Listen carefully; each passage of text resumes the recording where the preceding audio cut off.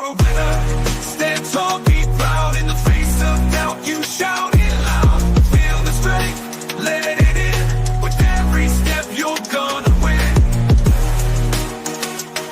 You are a winner, feel no pain. You are a winner, feel no pain. Yeah, I woke up feeling like a champion. Every move I make, I got the stamina. Eyes on the prize, never lose sight. Grinding every day, pushing through the night. Got the fire in my soul, never back down. In the ring of life, I'm the one with the crown. Sweat and tears, yeah, I paid the cost. Every battle fought, I'm never lost. Hit the ball, feel the winner. Stand tall, be proud. In the face of doubt, you shout it loud. Feel the strength, let it in. With every step, you're gonna win. Every challenge met, every goal in sight. In the gym, on the grind, it's a warrior's fight. From the bottom to the top, yeah, I've been there. With the heart of a lion, I face the dare. No fear, no limits, just pure drive. In the race of life, I'm alive. With every push, with every strain, I'm a winner, feel the gain. Hit the floor, feel the power. In this moment, it's our hour. Rise above, break the chain. You a winner, feel no pain. You are a winner. Stand tall, be proud. In the face of doubt, you shout it loud. Feel the strength, let it in. With every step, you're gonna win. In this moment, own your name. You are a winner in this game. You are a winner. Stand tall, be proud. In the face of doubt, you shout it loud. Feel the strength, let it in. With every step, you're gonna win.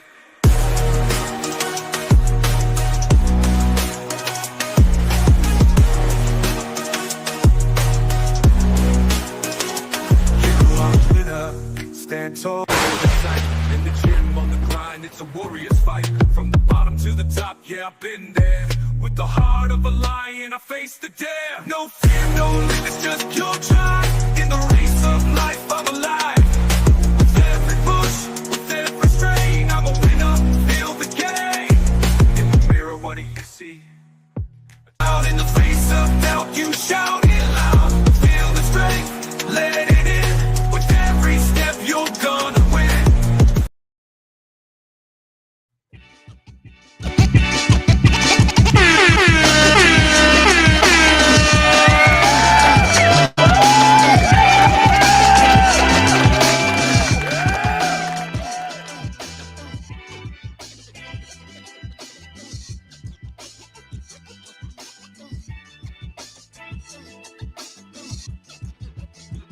Hello, good morning, good afternoon, good morning, good afternoon, good evening to you out there watching me live.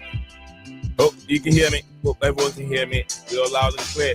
Yeah, loud and clear, loud and clear. We are good, guys. We are good.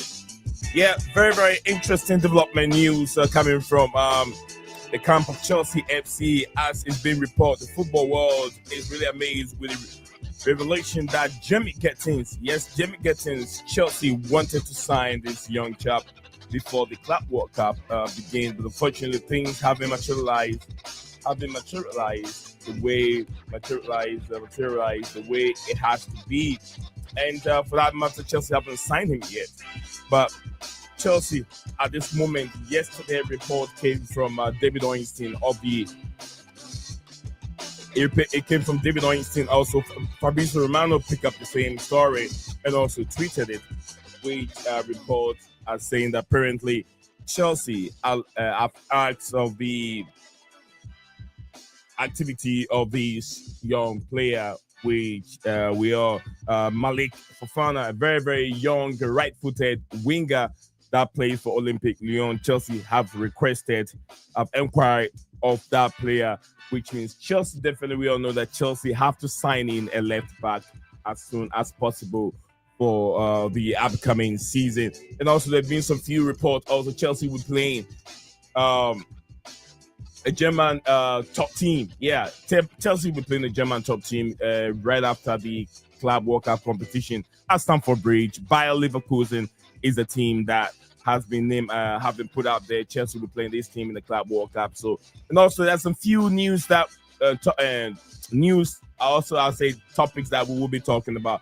Players that will be sold. There's a few names out there, although they are with the club right now at Stanford at the ongoing Club World Cup competition.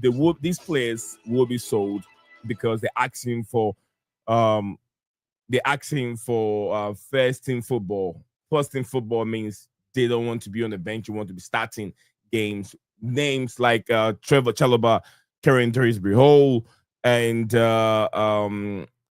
Petrovic also is one of them. As we all know, that Petrovic requested that he doesn't want to be. He wants to start in game. He doesn't want to be an assistant to anybody else. So in that matter, he asked Chelsea not to include him in the Club World Cup competition. Chelsea have put evaluation down. Evaluation of from what I've heard is 25 to 30 million. If the asking price come in, that they will listen to offers from other clubs if they are very very interested in him. It means that he can be sold for. If not, if no one comes in for his signature, it means that he has to return to preseason. He has to return to Strasbourg for preseason, according to a report from the Athletic. A lot of names have been put up. Which we will be looking into it as time goes on. Lights of Raheem Sterling, which he has 19.5 million left on the book. Renato Viega has 9.6 million also left on the book. Armando Broja has nothing left on the book right now. Maybe he could leave for a free. I don't know. But Ben Chilwell has also zero. Have nothing left on the book at this moment. Kano Chukwuemeka has 7.9 million left on the book. Axel Disasi also have 26.2 million left on the book if Chelsea can make money off him. Joao Felix had 33.6 million left on the book from Joao Felix. Then we have Alfie Gilchrist, who has zero left on the book. Leslie Oguchukwu has 16.4 million left on the book. Nkunku has 42 million left on the book. Petrovic has 9.8 million. Petrovic is the goalkeeper that I talk about, that he doesn't want to play as a second goalkeeper for Chelsea. He wants to be, he wants first team game time for himself. Drisbury Hall has 24 million left on the book. Then on the book valuation at this moment, as did my calculation from at the other day. So these are some of the players that we'll be looking at. But the most important thing is also report came in earlier on that literally we're gonna see Kendrick Pierre and Matisse Amugu also moving on to Strasbourg for a season loan at that football club, Chelsea sister club, Strasbourg. If you don't, you wonder where they are, the team that is being located at the French league. So these are some of the players that will be going on loan, and those that will need to be sold, and those that are requesting for first team football. So yeah, Trevor Chalobah is one of them. I did mention a few of these players, but today we'll be looking at the young talented player by name Malick Fofana. He's been linked strongly, heavy link to the football club. We'll be looking at the inside out, the ins and downs of who is this player? What's his attribute? What does he provide? What is he going to provide to Chelsea? Is he going to be the alternative for Jamie Gittens? If Chelsea doesn't get the Jamie Gittens deal done, will he be the alternative for Chelsea? That's a big question. That is the big question. And he is. It looks very, very exciting. I have looked some few videos of this young player. He is looking very, very exciting. And I don't mind bringing him in. Although he's young, I keep saying. I also went back and watched a few games when he plays on the highest level in the Europa League against Manchester United. He came off on the bench. He impressed. He did very, very well. He did very, very well. Although he is very young, he still got some. He's got a lot of skills in him. And if you go online and trying to get his skill set and all that, they'll tell you Malick Fofana is a young Belgium professional footballer known for his strong dribbling ability, particularly 1v1. Absolutely, 1v1 is the most important thing that players are known for. A skillful player, definitely 1v1 is supposed to beat everyone, which he is very good at beating people 1v1 situation and has ambition. He plays with the left foot as a midfielder, also can play on the wing, also known for his technical skills and ability to challenge opponents on the flank. He's, like I said, there is a goal that is trending on Twitter or X right now at this moment where he used the player, he cut in with his right foot, used the player as a decoy, and then placed the ball to the left corner of the goalkeeper where the goalkeeper couldn't save it, which is impressive. That's a beautiful goal from that player. That is Malick Fofana at this moment. It's been a reporter saying that Chelsea have made an inquiry, but Chelsea haven't made an offer yet. And also Chelsea have made a personal, I think, would I say personal terms or personal agreement with Jamie Gittens, a player that they tried to sign before the Club World Cup, but unfortunately, it did not materialize. It did not work. So in that aspect, if the asking price for Borussia Dortmund has been going to be difficult, they want to turn their head ahead towards these 20 years old left-footed, right-footed player, right-footed player who plays as a left wing. He can also play in the middle also at the same time. At this moment, market value for Malick Fofana is the valuation is 50 million. 50 million, and he has a contract. He has a long contract till 2023. If you're wondering who is this player, what does he have left on his book? Yes, reports saying that he has up to 2023 by report. Fabrizio, yesterday, David Ornstein tweeted that, and today I've seen David Ornstein, I've seen Fabrizio Romano also making giving us the same news at the same time. So there is a lot of evidence here that you can say indeed Chelsea are in for this player. On my screen, what is it? I don't know where that news is coming from, but anyway. Okay, let me get the image on my screen right now. Can get that. Here we go.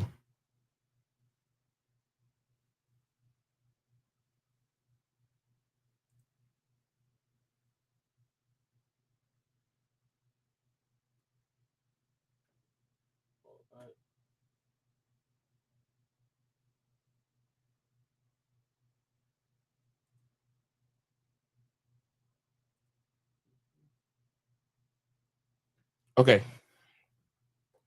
Smash the like button. All right, so guys, so if you're watching this live, wherever platform you're watching us live from, don't forget we are live on 2 platforms at the same time, X and YouTube. Need Zion is here. We Need Zion is here. Stevie G is not going to be here with that sub, but when he comes in later, he will be here. I'm going to take you guys through an hour and a half of live streaming, taking you through some few topics, few information that related to Chelsea. If you're an Arsenal fan, Liverpool fan, what's let me get that right now on the stream. As a report yesterday came in, and someone yesterday in the afternoon, as Chelsea, it's been reported that Chelsea have turned their eyes on making inquiry from this young, talented player, 20 years old, Belgium, right-footed player who plays in the flanks, left-hand side, very, very good 1v1. 20 years old. He has a long-term contract with Olympique Lyon until 2028. Valuation, the market valuation right now is 50 million valuation on him. So he's a good player, but he's still one of the things that people will say, you know what? I want a fresh baked bread. I don't want the flour.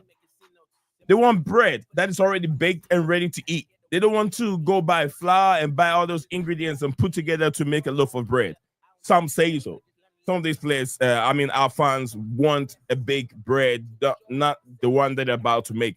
Young player has, He's a good player, but then is he the one we want right now moving forward? Next season is going to be difficult because Enzo Maresca, although last season there was not much pressure on him, there was pressure on him in the later part of the season when the season was coming to an end. But there will be a lot of pressure on Enzo Maresca next season to deliver. Got a lot of players. These players need to deliver for Enzo Maresca. Still has to win, has to challenge for the top and challenge for the trophy next season.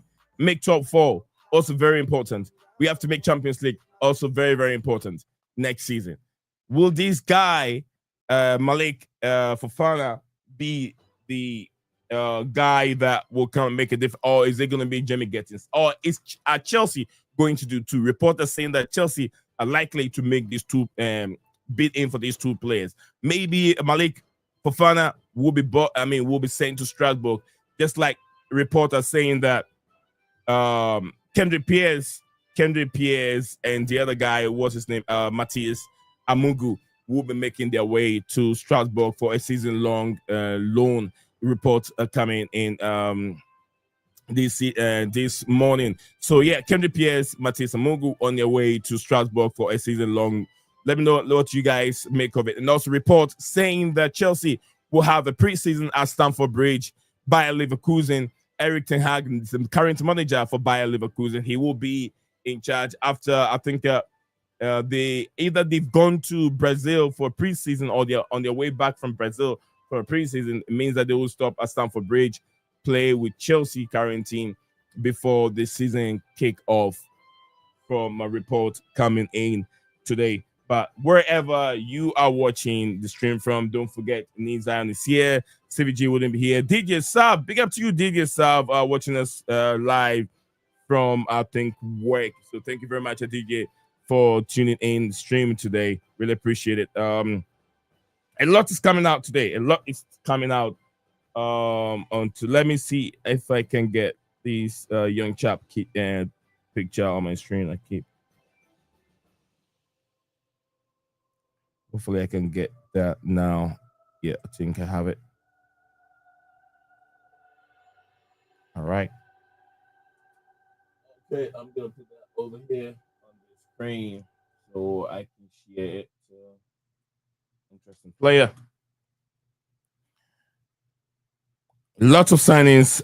Players, teams are making signings right now. Chelsea are making a lot of signings, and they are one of the clubs that can spend big this summer. Chelsea, Manchester City, Arsenal can also make some good signing. Liverpool are already making it. Liverpool are in a very, very strong position at this moment that they can make good signing. Chelsea are also doing similar thing. If you're just joining us now, I just went through a few of the topics today. Players that will be going on loan, and players that have, in terms of how much money they have on the book, those that can leave for free, those that can be sold for some money. Reports are saying that although they are with Chelsea on preseason, or maybe in America for the club World Cup competition, they will still be sold. The likes of Christopher Nkunku, Trevor Chalobah, Gigi Petrovic, all these players are asking for first in football, and they don't want to be second fiddle, they don't want to be assistant to one another. They want to be playing football, they don't want to be on the bench. So some of these names in Nkunku will be sold, although they are with Chelsea at the Club World Cup competition. DJ Sab, thank you very much for joining us here on the show today. Big up to Makeem, also joining us on the show today. Thank you guys for absolutely. Yeah. What is DJ saying here? DJ said I'm home, bro. If you want me to come on. Oh, okay. Yeah. I'll send a link in here if you're still watching. I thought you were work, so this is not the usual time. But because of the transfer window has opened, and also we have the Club World Cup competition, I have to try as much as I can to do 2 streams at the same time every day, 1 in the morning and 1 in the usual time. That's 5 p.m. UK time, to be able to get all the content out. We talk about transfer early in the morning, and then in the evening we discuss the Club World Cup competition and how things looked yesterday regarding the attendance. I don't think that it will affect the whole entire game. the competition. But I think that yesterday the timing for the Chelsea game was not right. That was way too, I would say, way too early for American fans. They know the competition is there, but I don't think that it suits a lot of the people. Chaloba would not be sold. No, Chaloba will be sold or go on loan again. I don't think a loan is going to be good for Chaloba, but either he will be sold or go on loan because this Athletic put this out this time. Let me see. Let me send the link there. Link in right now. I'll put it here. Let me pin it on the chat.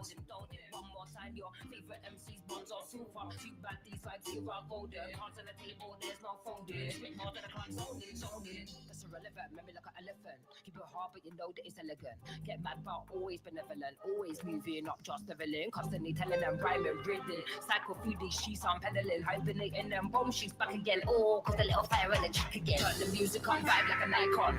Icon, yeah. If you bump up, we can go psycho. Okay, I have pinned it so anyone that sees it, if you want to join, it's more about lots of headline news from. I pick a lot from Athletic, a lot from Fabrizio, a lot from other sources that I put together. Good morning. Is it good afternoon, DJ? Is it afternoon, right? Yeah, good afternoon, E. You all right, bro? Yeah, I'm doing well. I know. I usually catch you during the evening, so I was like, it's not going to be after Yeah. evening, so it's going to be afternoon. But anyway, how are you, DJ? Yeah, that's why I'm home, bro. I went to office Yeah. this morning. They said, "Can you please work from home?" They didn't want me to bring my cold to everyone in the office. So Mm. it's fair enough. I'm working from home today. And anyway, it's going to be like that for a while now because I don't know if I remember telling you guys a couple of weeks ago or months ago, we are having a bit of a office workout. They're doing a new build within our office anyway. So it looks like we're going to Mm. be working from home for a while until that Oh, gets sorted, which is nice, which I'm looking forward to be honest with you.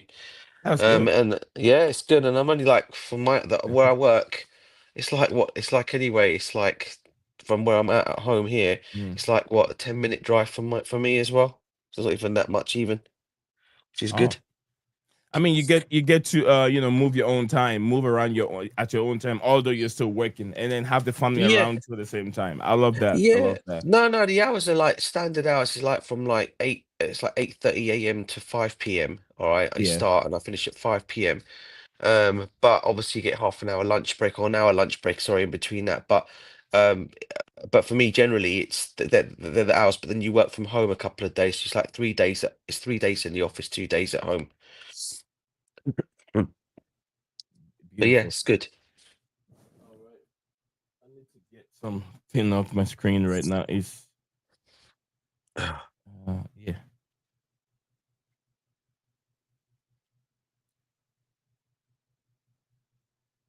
How's it all going? You good? Yeah, DJ, I'm doing very good, DJ. I'm doing absolutely Yeah, doing wonderful. Yeah.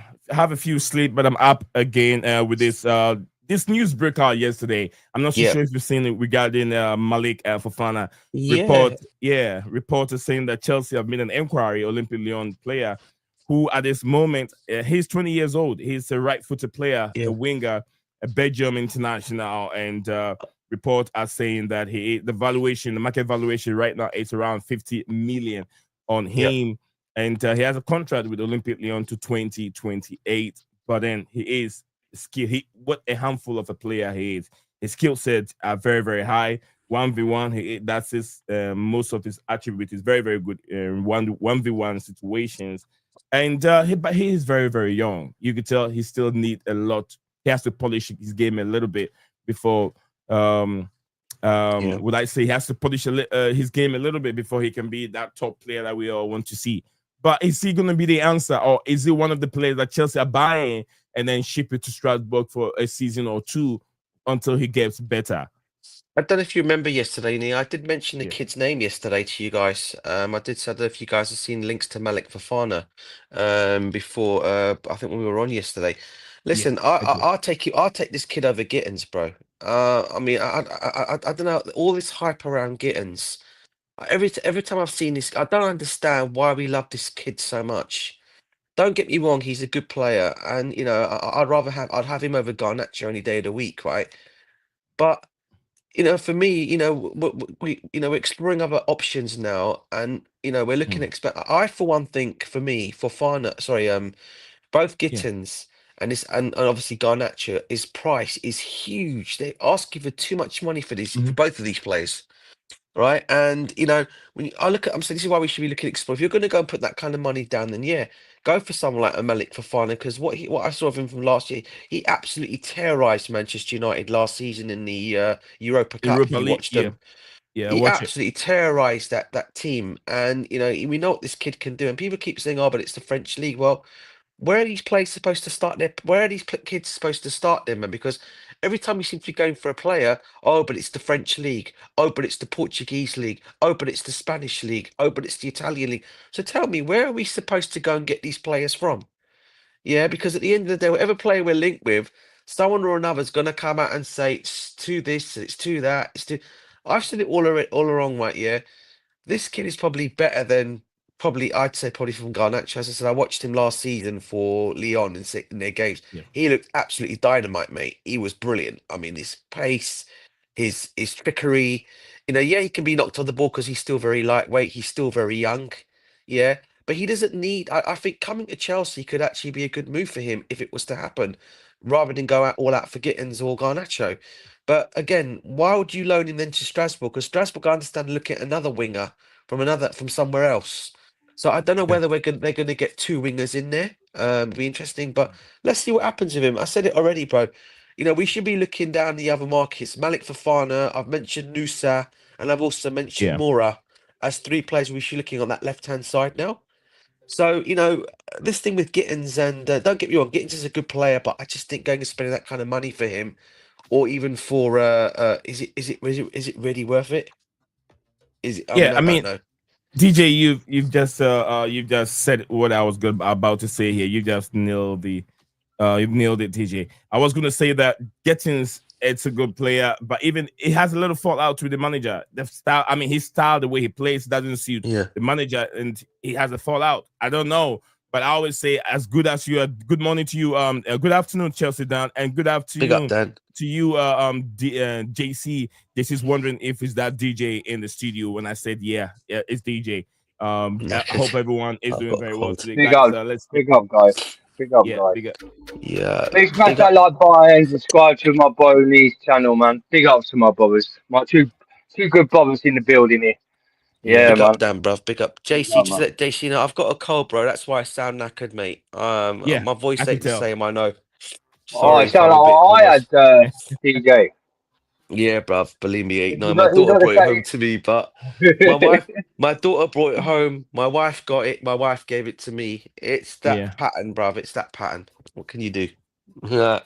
yeah. I suffer by hay fever. I I'm do sure. suffer I'm by sure. hay fever. I'm sure, Dan. You might have gone through this many times when one brings it home, because I know the side of the family. So when one bring it home, it's all over. I got that size also in the house. When one bring it home from school, then it just spread around. Especially the one that I hate is the cough. And then it goes back. Then it Just goes back to Oh, you, cough. but don't it? Nick? And it goes Oh, that's the back to you. thing. That's the Goes thing, back Lee. I to you. couldn't sleep. You're talking about the cough, Lee. I couldn't yeah. sleep last night, bro. I I think I hate the kept cough. I think I kept my wife up. So I felt so bad for her last night because Yeah. she had to wake up for work this morning. But I kept track of my cough, and I thought, you know what, man, I felt so bad on her. Earlier, I, I was just kept non-stop coughing. That's why I couldn't. I went to work this morning. They said, look, you're not. Can you please go home? You shouldn't be in the office. right. So yeah, mate, it's Have not. you, DJ? I'll Uh, tell you about. I'll help you with the coughs, right? Because that's what happened to me when I with my missus. Yeah, Have you got any chest Lee? yeah, bro. I do. I do. all right, I Right, do. right. Dan. But And Lee, just Lee, honey, and and honest truth, yeah. At night time, get some lemon, get some hot, yeah. Yeah. Get lemon, get yeah, some honey, and then sip that down at night. Yeah, just sip it down at night with hot, warm, like hot water. Right, yeah. stir it. Yeah, with a bit of little teaspoon of sugar, and every night do that. I'll tell you what, and put that on. You won't. Okay. At night you won't cough. You won't have. Thank you very much, Sure, Dan, bro. for the advice over here. I'm sure DJ Sorry, Sub will do that, and he will get better. So thank you very much, guys. We're still here. We're still streaming live on YouTube and X at this moment. There's lots of news coming out. Big up to you, little man, 2547. And he said we should have signed players like Nico Williams, Mohamed Kudus, and integrate Estavio Williams, which I do agree with my brother. As I said from the beginning of the stream, some people, I posted some out there, and one guy was like, I need a baked bread, fully baked bread that is ready for my breakfast, not to go and buy flour and add ingredients to it to make bread. I want fully cooked baked bread. But thank you very much, little man, and JC. And yeah, what was that, DJ? Excellent analysis on that one, man. Right, what you just said there, what you need. It's so spot on what we need. Experience, in other words, yeah? Yeah, I think we need some of these players. And we need some of these players over there. We need some of these players. Good morning, good afternoon to my man drinking coffee or tea over there. That's my man over there, Chelsea Dan. Cup of tea. Absolutely. Coffee. Yeah, that's the Englishman drinking a cup of tea for you. Let me get this thing off his face. But big up to reports came in earlier on today. As yesterday came in that Chelsea have made an inquiry of the Malick Fofana. I want to hear Dan's point of view on this player. I've watched. There are some videos out there on Twitter right now trending related to this young Malick, a 20 years old right-footed player who plays on the left-hand side. Very, very skillful. 1v1 on top. Where do you stand on it, Dan? Where do you stand on this news? Good player.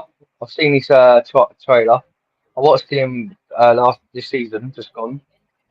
Lyon, they were in the French Cup or something like. I watched the game. Me and my boy went to watch. We watched him, and he could play. I think he could play on the left side wing. I think he's got more, but he's better than Gittens, and he's much better than Nuni Madueke. The performance last night when I watched the Club World Cup last night with Nuni Madueke, awful. It was a crap game. It was boring. But when Delac came on with that nice assist, it's a thing. We need a 20-year-old player again. We're used to all these young, deliberate players. Yes, he might be a bit skillful, this Fofana. We've had so many Fofanas we look at Dacho Fofana when he's banging goals as a striker. What did we do with him? We get him, played 2-3 games, then we loaned him out. And now we ain't heard from Dacho Fofana since he's been at Chelsea. Are we selling him or getting rid of him? And now we're looking at another Fofana. It's this kid here. He might come in, he might have the skills, but can he be the Chelsea standard level? Can he bring in to the top to win us trophies? We don't know about that. So we need, it's like little man says, we need good experienced players that could come in and provide to get us in winning ways and get us to winning trophies. But he's a young talent. I've seen him play. He can dribble. He can hold the ball. He's quite a young, good player. But the French league is totally to a different style of play in the Premier League. Can he come in and thrive the style what he's done in France, what he could do in the Premier League? We might come in. It might be a flip flop like we've had players before. Come in, don't work out in the Premier League like Alvaro Morata. Look, he was a baller. He was a baller back in his day. He was scoring goals for Madrid. Coming in the Premier League didn't work out for him. Like the Shevchenko's scored goals, scored a few goals in the Premier League, didn't work out for him. So we never know. We never know. This kid Fofana, if we do get into, I heard that Liverpool's in for him as well. Liverpool and I think it's Tottenham. They're both in the race for this kid. Yeah. So if it's a case, if we get him, if we could pay him cheap, I think we might get somewhere. But yeah, big up to Bobby Smoke Signals in the chat. Long time no here. Yeah, but big up Bobby, bro. Big up. But the thing is, with this kid comes in, fair play, welcome to Chelsea. To say, I hope you do well if you come in. But the That's Right. but you can bring in better players. Bring in better players.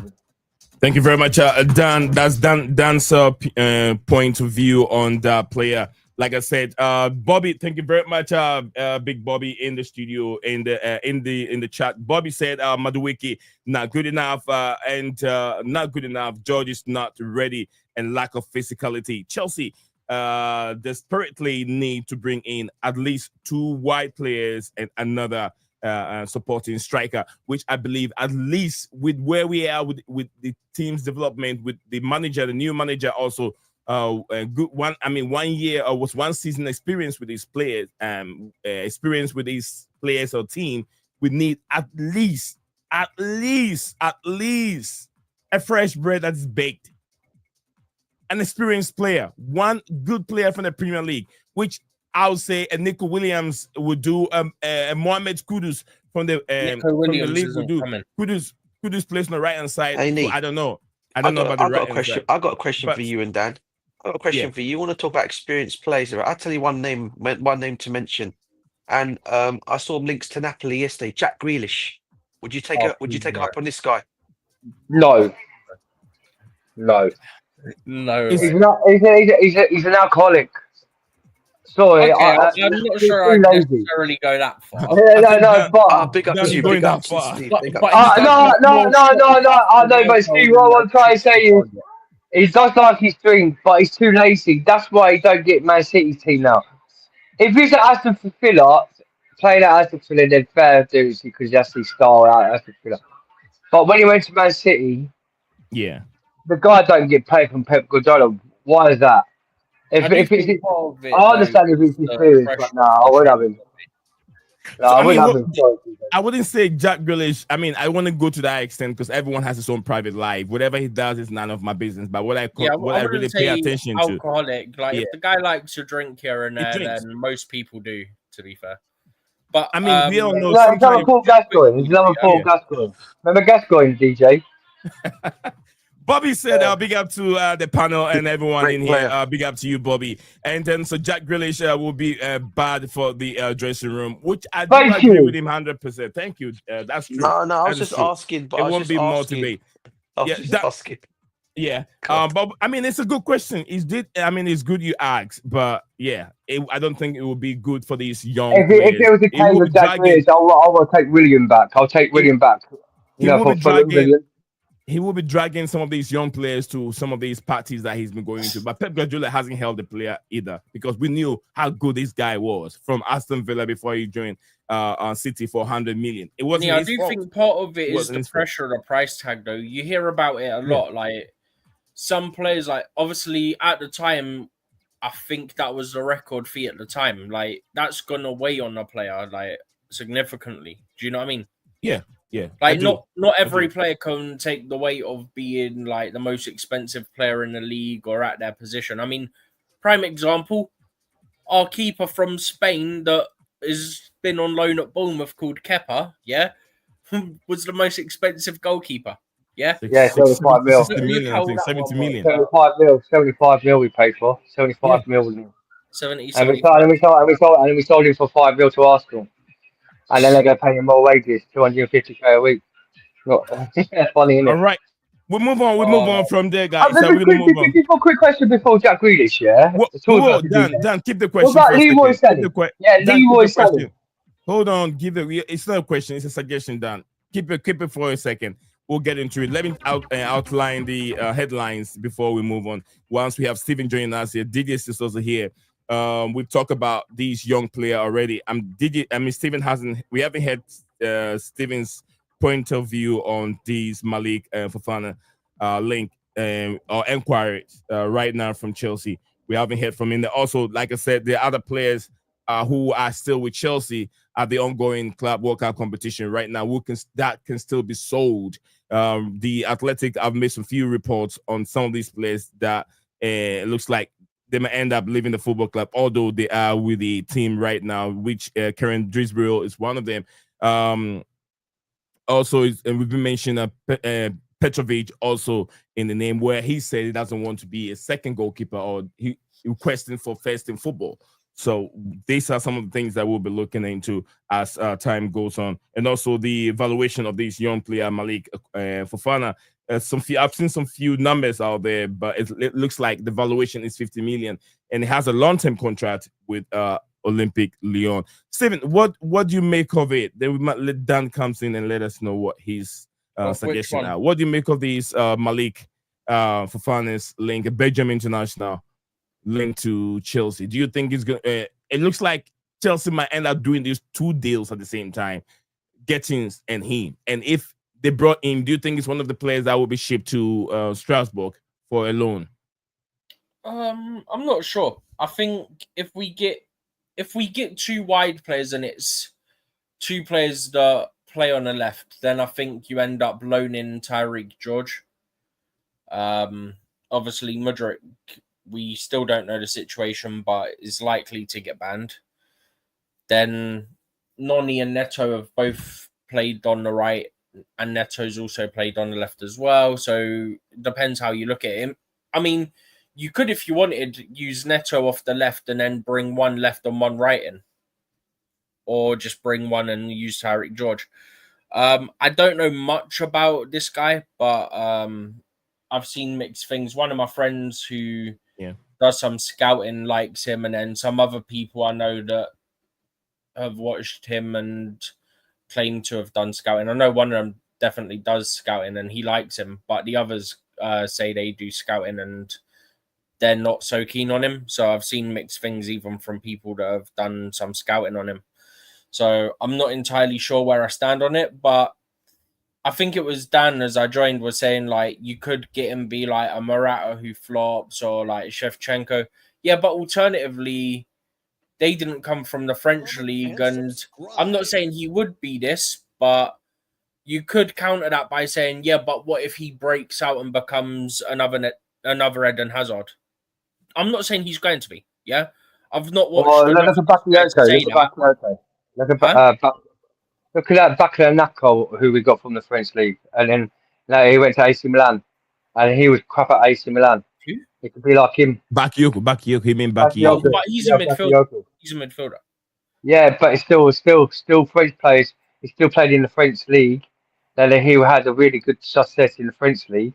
My point is, and he didn't work out. You were listing players that weren't in the same position and hadn't played in the French league. So my point was, okay, by counter, I could name a player that played in the French league and was of that position. And I'm not saying he's going to be that, but to counter it, he could end up being close to that, potentially. Who knows? Because, I mean, he's, 20 years old? So it's it's very hard to judge. Like, you can look at it as he's a young player, he's got potential, but what is that potential? Like, are we talking Palmer level? Are we talking more lower than that? Like, this is what I mean. It's very hard to... You can speak all you want about potential, right? We could speak about it. Media can speak about it. The sporting directors can speak about it all they want, yeah? But no player... What's the wording? I think it's like to do with linear, right? Potential isn't linear. Every player has different potential. Every player's potential is different. Every player is different because they're not the same person for obvious reasons, yeah? Malick Fofana isn't Gittens, and neither of those Eden Hazard, or Morata isn't going to be compared to Didier Drogba, for example. Like, they're different people, yeah? It's not linear in the sense that not every player is going to have the potential to be world-class, because not everyone has the same access to the same level of coaching, same level of facilities and stuff like that to help them improve to get to that level. If everyone had access to the same level of coaching and same level of facilities, then in theory they could, but then it becomes more on a player. How determined are they to get to the top and how hard do they train? Hazard wasn't a hard worker in training, but you knew he'd show up on game day. He saved himself. That's pure talent. That's pure talent. Some people just have it. Some people are great in training and terrible in matches, and some people either terrible in training or don't train as much, but can really turn it on when they need to in game situations. And that was more Eden Hazard. That second point was don't necessarily train as hard, but you knew you could trust him. And that's why managers at Chelsea allowed him to get away with not necessarily training as hard because they knew he could deliver when they needed him to. Thank you very much, Stephen. Thank you very much, Dan. Dan, were you going to have a question in before we move on from? Yeah. Because I see, like with Steve talking about Eddie and Hazard, we're talking about. Look at that French winger who Arsenal signed when he was banging goals in the French league. Pepe. I can't remember. Pepe. Yeah, Pepe. Oh, Pepe. Pepe. He's from Ivory Coast, but from French league. I'd get you. Yeah. But he was still in the French league, and he was thriving it, and he was scoring good goals, and he had good GX in GNA in the French league. He came back. He came to the Premier League. Now hold on. Is it a question or you put it in a submission? I don't know. I don't get it. Is it a question? No. I've got a question coming afterwards. No, I'm just talking about. Make it snappy. Then make it snappy. What I'm saying is right. We're Pep, right? We're Pepe who played for Arsenal. Yeah, he was doing bits in the French league. He came over to the Premier League and did not work out for him.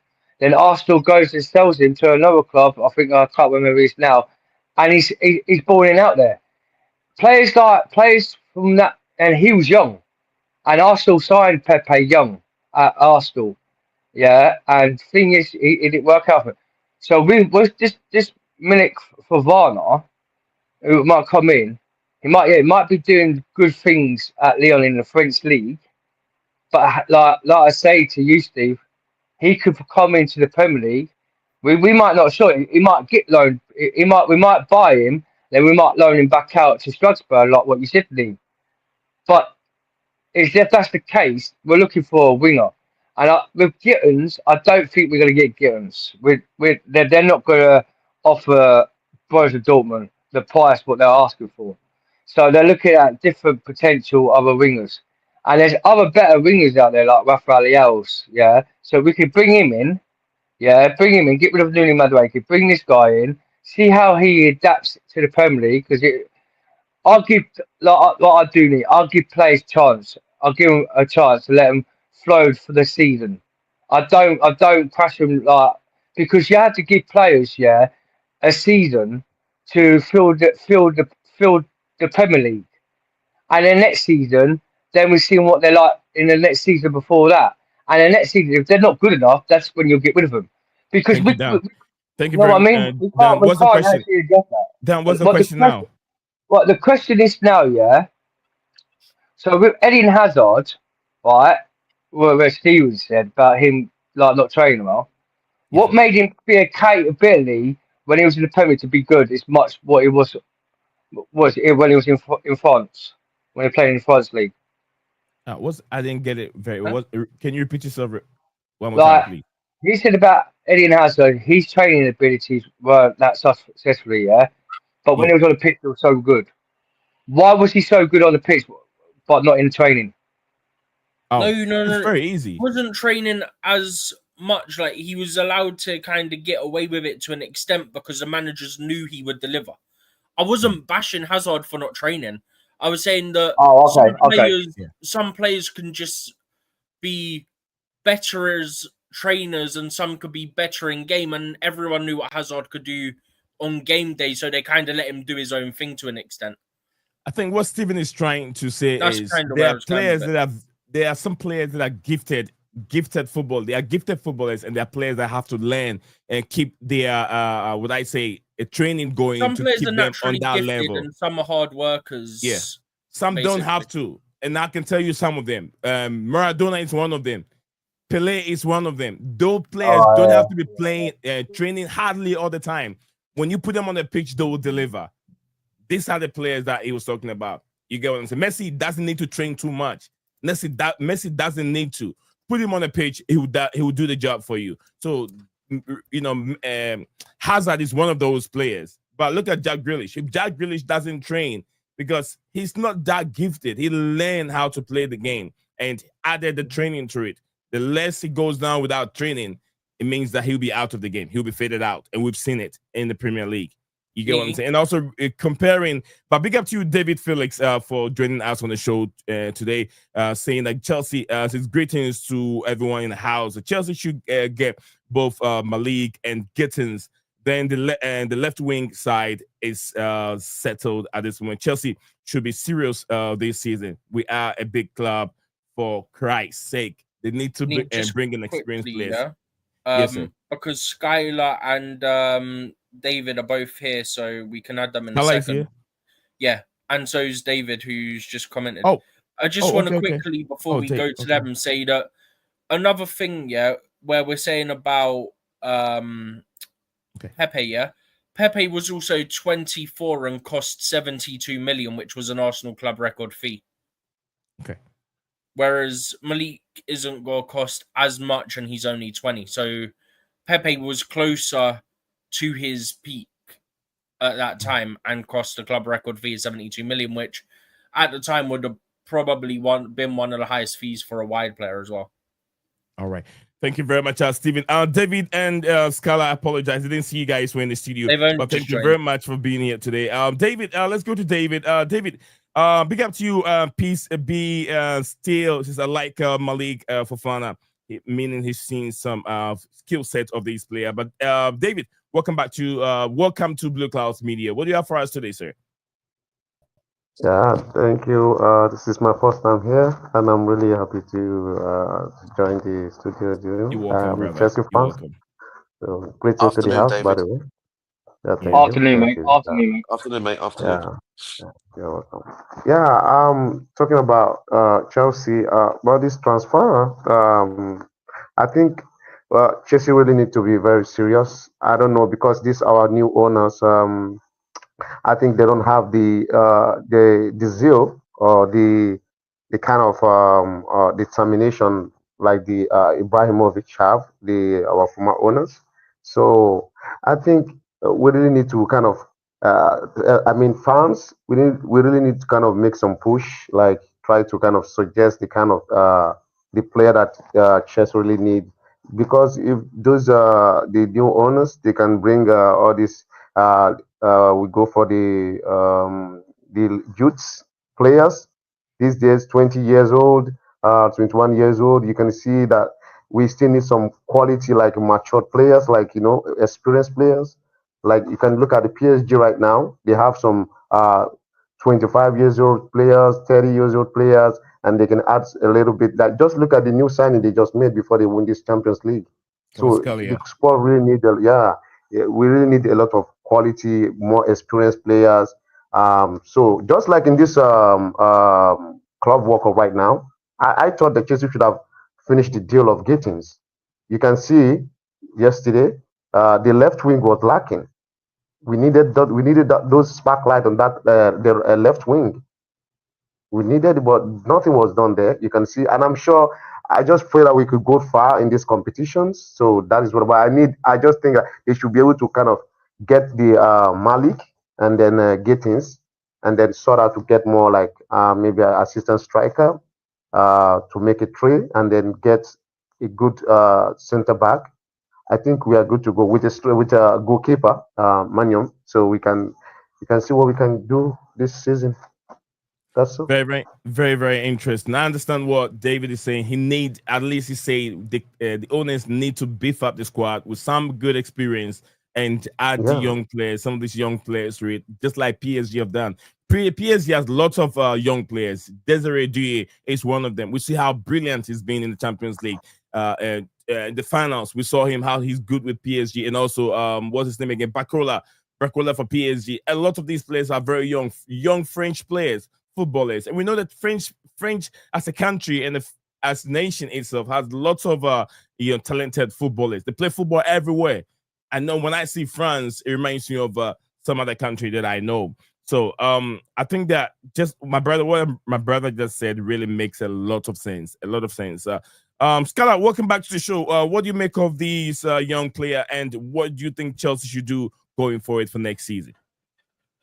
Yeah, big up. Big up, Scala. Big up to everyone, and I mean it won't be big up. It won't be a transfer window if Chelsea didn't sign either of Fofana or Assar. So it wasn't. It was it was like a due date that Chelsea did sign someone called Fofana. Yeah, I actually know a bit about him because we played Lyon in the Europa League, and he came on and he did quite well. He was playing left wing, and he gave Dallo a horrible time. Although he came on for like just 20 minutes, I think he won. Either he got an assist for a goal or a penalty. I can't remember, but yeah, he was a bright spark. And I think him. I can't remember who the left back was, but they had a very good combination going on, and that side was pretty much dead before he came on. So he's someone with potential. I think you mentioned he's still 20 or whatever. I think 19 or 20. So yeah, I mean, again, it just falls in with your whole transfer thing, that buying young and selling them for at least like a good transfer value. So I'm not surprised Chelsea are looking at all these young players. I mean, if I'm not wrong, it just pushes down your average age of the squad. So I think he's younger than Sancho. So ideally, you would want to replace him. So yeah, why not him? It could be the next big thing out of France. But yeah, man. I mean, Chelsea. I don't know. With it eventually has to bang. I mean, otherwise, what's the point of buying all these young potential players? I mean, a club like Chelsea can't not be competing for the league. I can't even remember when Chelsea competed for the league. I think it would have been even before United. I mean, not that we competed for the league. If you remember, Mourinho came second and Oli came second, which was just like a token finish. Like we didn't challenge for the league; it was just a position. But I don't know when like Chelsea went. I think it was like maybe it was last year. I remember you guys were in the top 3 and people were talking about the Premier League, and your manager came out that yeah, we are not doing any of that. We're just focusing game by game. I think there was a big discussion on various platforms saying that the manager shouldn't have said that because Chelsea should be competing for the league. So yeah, I will see, man. I don't know what your club is planning towards. You've got Champions League now, so naturally the next progression will be to compete for the league. I don't know about. I mean, probably win a trophy, another trophy. You won the Conference League last year, but it's been a while, man. Your club has competed for the Premier League. When I say compete, like going toe to toe with whoever is leading the top. So I don't know when that will happen with Chelsea because you're buying all these young players with no experience. I mean, I didn't watch Delap's debut yesterday, but I mean, you cannot expect Delap to win you the Premier League at the moment. So it will take another few years. I mean, my CEO today came out and said that it's going to be a process and all that PR stuff, that it's going to take time. We cannot just dole out money. It has to be fans have to have some patience. But, 2028, your United, CEO said, didn't he? 2028, he said, didn't he? Yeah, but that's United. We finished 17th or 16th, but Scholar, you're a Man United fan, yeah. So you said about us not having experience in a team. So to not having experience in a team, how come that we finished a better profile last four? Dan, what I should say, just a quick thing. What I say to Scarlett, when I said the 2028 thing, I just want to make the thing one straight. I wasn't in any way making a mockery of it at all. Yeah, I was just, when I my was just club is basically itself coming out with it, yeah. I mean, you cannot say anything. That's exactly that's what I'm saying. That's what he came out and said, and I'm thinking maybe United fans are probably thinking as it goes, no, we actually want to try and compete before that, not by 2028. And I think that's why I think that's why it probably shocked a lot of United fans today when that was mentioned. I was actually surprised when I heard that today because you're Man United as well, bro. And I know where you're situated. You guys should be up there competing like us. You should be up there competing like us. As well up there. But the I know your difference is direction's that we are slightly not in the different. I get Champions that. League. We finished 17th, and we've got a huge. We got a new manager who's probably going to his first big transfer window. So there's all those mitigating factors. But with Chelsea, I'm not saying you have to win the league, but I'm just expecting like how Arsenal have been challenging for the league for the past 3 years. Something like that. Yeah, but Scholar, we've had all rifle fans in the past season, this season, saying that Chelsea's not good enough. They're not finishing top 4. They ain't got the experience. They ain't got a good goalkeeper to compete to the top 4 spot to get to the Champions League. And when Enzo Maresca said 2028, well, we got top 4 this season. That shut the fans up, the rifle fans up, like Man United and you got Tottenham and all that lot. We won the Conference League. We won the Conference League. That we should have been in that competition. No, but hang on. I'm not banging. But I'm saying what I'm saying is, Are you going to be competing with Liverpool, Man City, and Arsenal this in the Well, next Premier League? Scully, what I'm going to say to you is, yeah, what I'll say to you is, with Man United's system, where like with Amorim, half the We fans want don't that talk about manager out United, because you lost right? away. I'm not talking about But with, United. You no, no, no, but with compare both Chelsea, them with us. now Talk listen, about I'm not your team. arguing. I'm not arguing. I'm just coming out. Yeah, you talk I'm not about your banting. team. No, I'm not banting no, nothing. But with the system with us, Yeah. yeah, you've had a better structure. You have a better quality experience in the team for the last couple of years. Yeah, you've won back-to-back FA Cups, right? You should be up there that season with Amorim. Everyone's saying he's a top dog, right? And everyone compete. All you rifle fans used to say, "Oh, Enzo Maresca this, Enzo Maresca that." Not going to get him to top four. Not going to get him to win a trophy. But he actually told when he went in the conference, he said "F you" to all you rifle fans Are you for flexing your what he did. Conference League? But Are you really flexing your Conference League, which is like a eh, made up a competition? trophy's a trophy, mate. A trophy's a trophy. It's another competition, another European trophy. That's in our trophy that we've completed every single success trophy. And all you rifle fans used to say, "Oh, you ain't got no experience to win trophies." They're not. If we ain't got no experienced players, they knew what heritage Chelsea about. We're heritage in European. They've gone and won a European, mate. Yeah, you've been into Champions Leagues before us, yeah, and got knocked out of the group stages. With us, yeah, we've got a young deliberate squad with non-experience. Have gone and won a trophy and shown the fight, and still a better club to day one win this Club World Cup where Liverpool or Arsenal or you guys are not in it. And you may say you're the biggest club, And you're and just your getting history is triggered for no reason, man. This but is the no, problem. the This is the big situation. No, problem. but no, I no, no, I'll let you land afterward. I'll let you land, mate. I'll let you land. Well, When you I'm look asking at look, the these squad, questions. Dan, But with Chelsea, Dan, let's color talk. You remember no, no, you no, were no, speaking no, before him, so let let me him finish that. land. Let him Scott, let land. me finish. Could you ask me Dan, a you get question about triggered. Chelsea? All right, no, what I'm saying, Scully, You hey, get Bob, triggered so I'm going much to ask you a by question other about fans. we Chelsea. got Let me land. Dan. We got a Looking at lot of your you in the squad panel right on the and looking at your in the squad studio and right saying now. that We got Can I finish Mateen here. landing? We got David also here. They all wants to talk. Dan, Yeah. Because again, let I him need talk. can I just quickly just finish landing no need when to he's bring asked me a divided question? into it. Okay, first of all, you But don't need Scotty, to bring let divided me land, and I'll tell you about I why get your Chelsea. point. I'm No, talking you have about landed enough, Chelsea. and I heard enough of you. Okay, I get your point. I am looking at Yeah. the squad, and But you can't just next season, you say, Dan, can let we him land. compete next season? Dan, let You him say, land. I think we can. If we get a better players in next season and get a better structure, get a goalkeeper like Malick and more, another striker in, and a good centre back, and also, yeah, because that's what we're missing, a good left winger. If we could get that in next season, Scully, we could compete with Liverpool, Man United next season to the top one spot. Thank you very much, Yeah, Dan. Thank you very you much. don't Wait, need did to you bring say Man United. Yeah, United? what We I are was not the competition. what I was Okay. trying to say is that if Chelsea could get another striker, maybe not on the lap standard, but a little bit kind of a upgrade, and then just try to kind of top You're up talking about a the hybrid players. Phillips, you're Yeah, talking about a hybrid of a striker. That is a bit different yeah. from Dilap.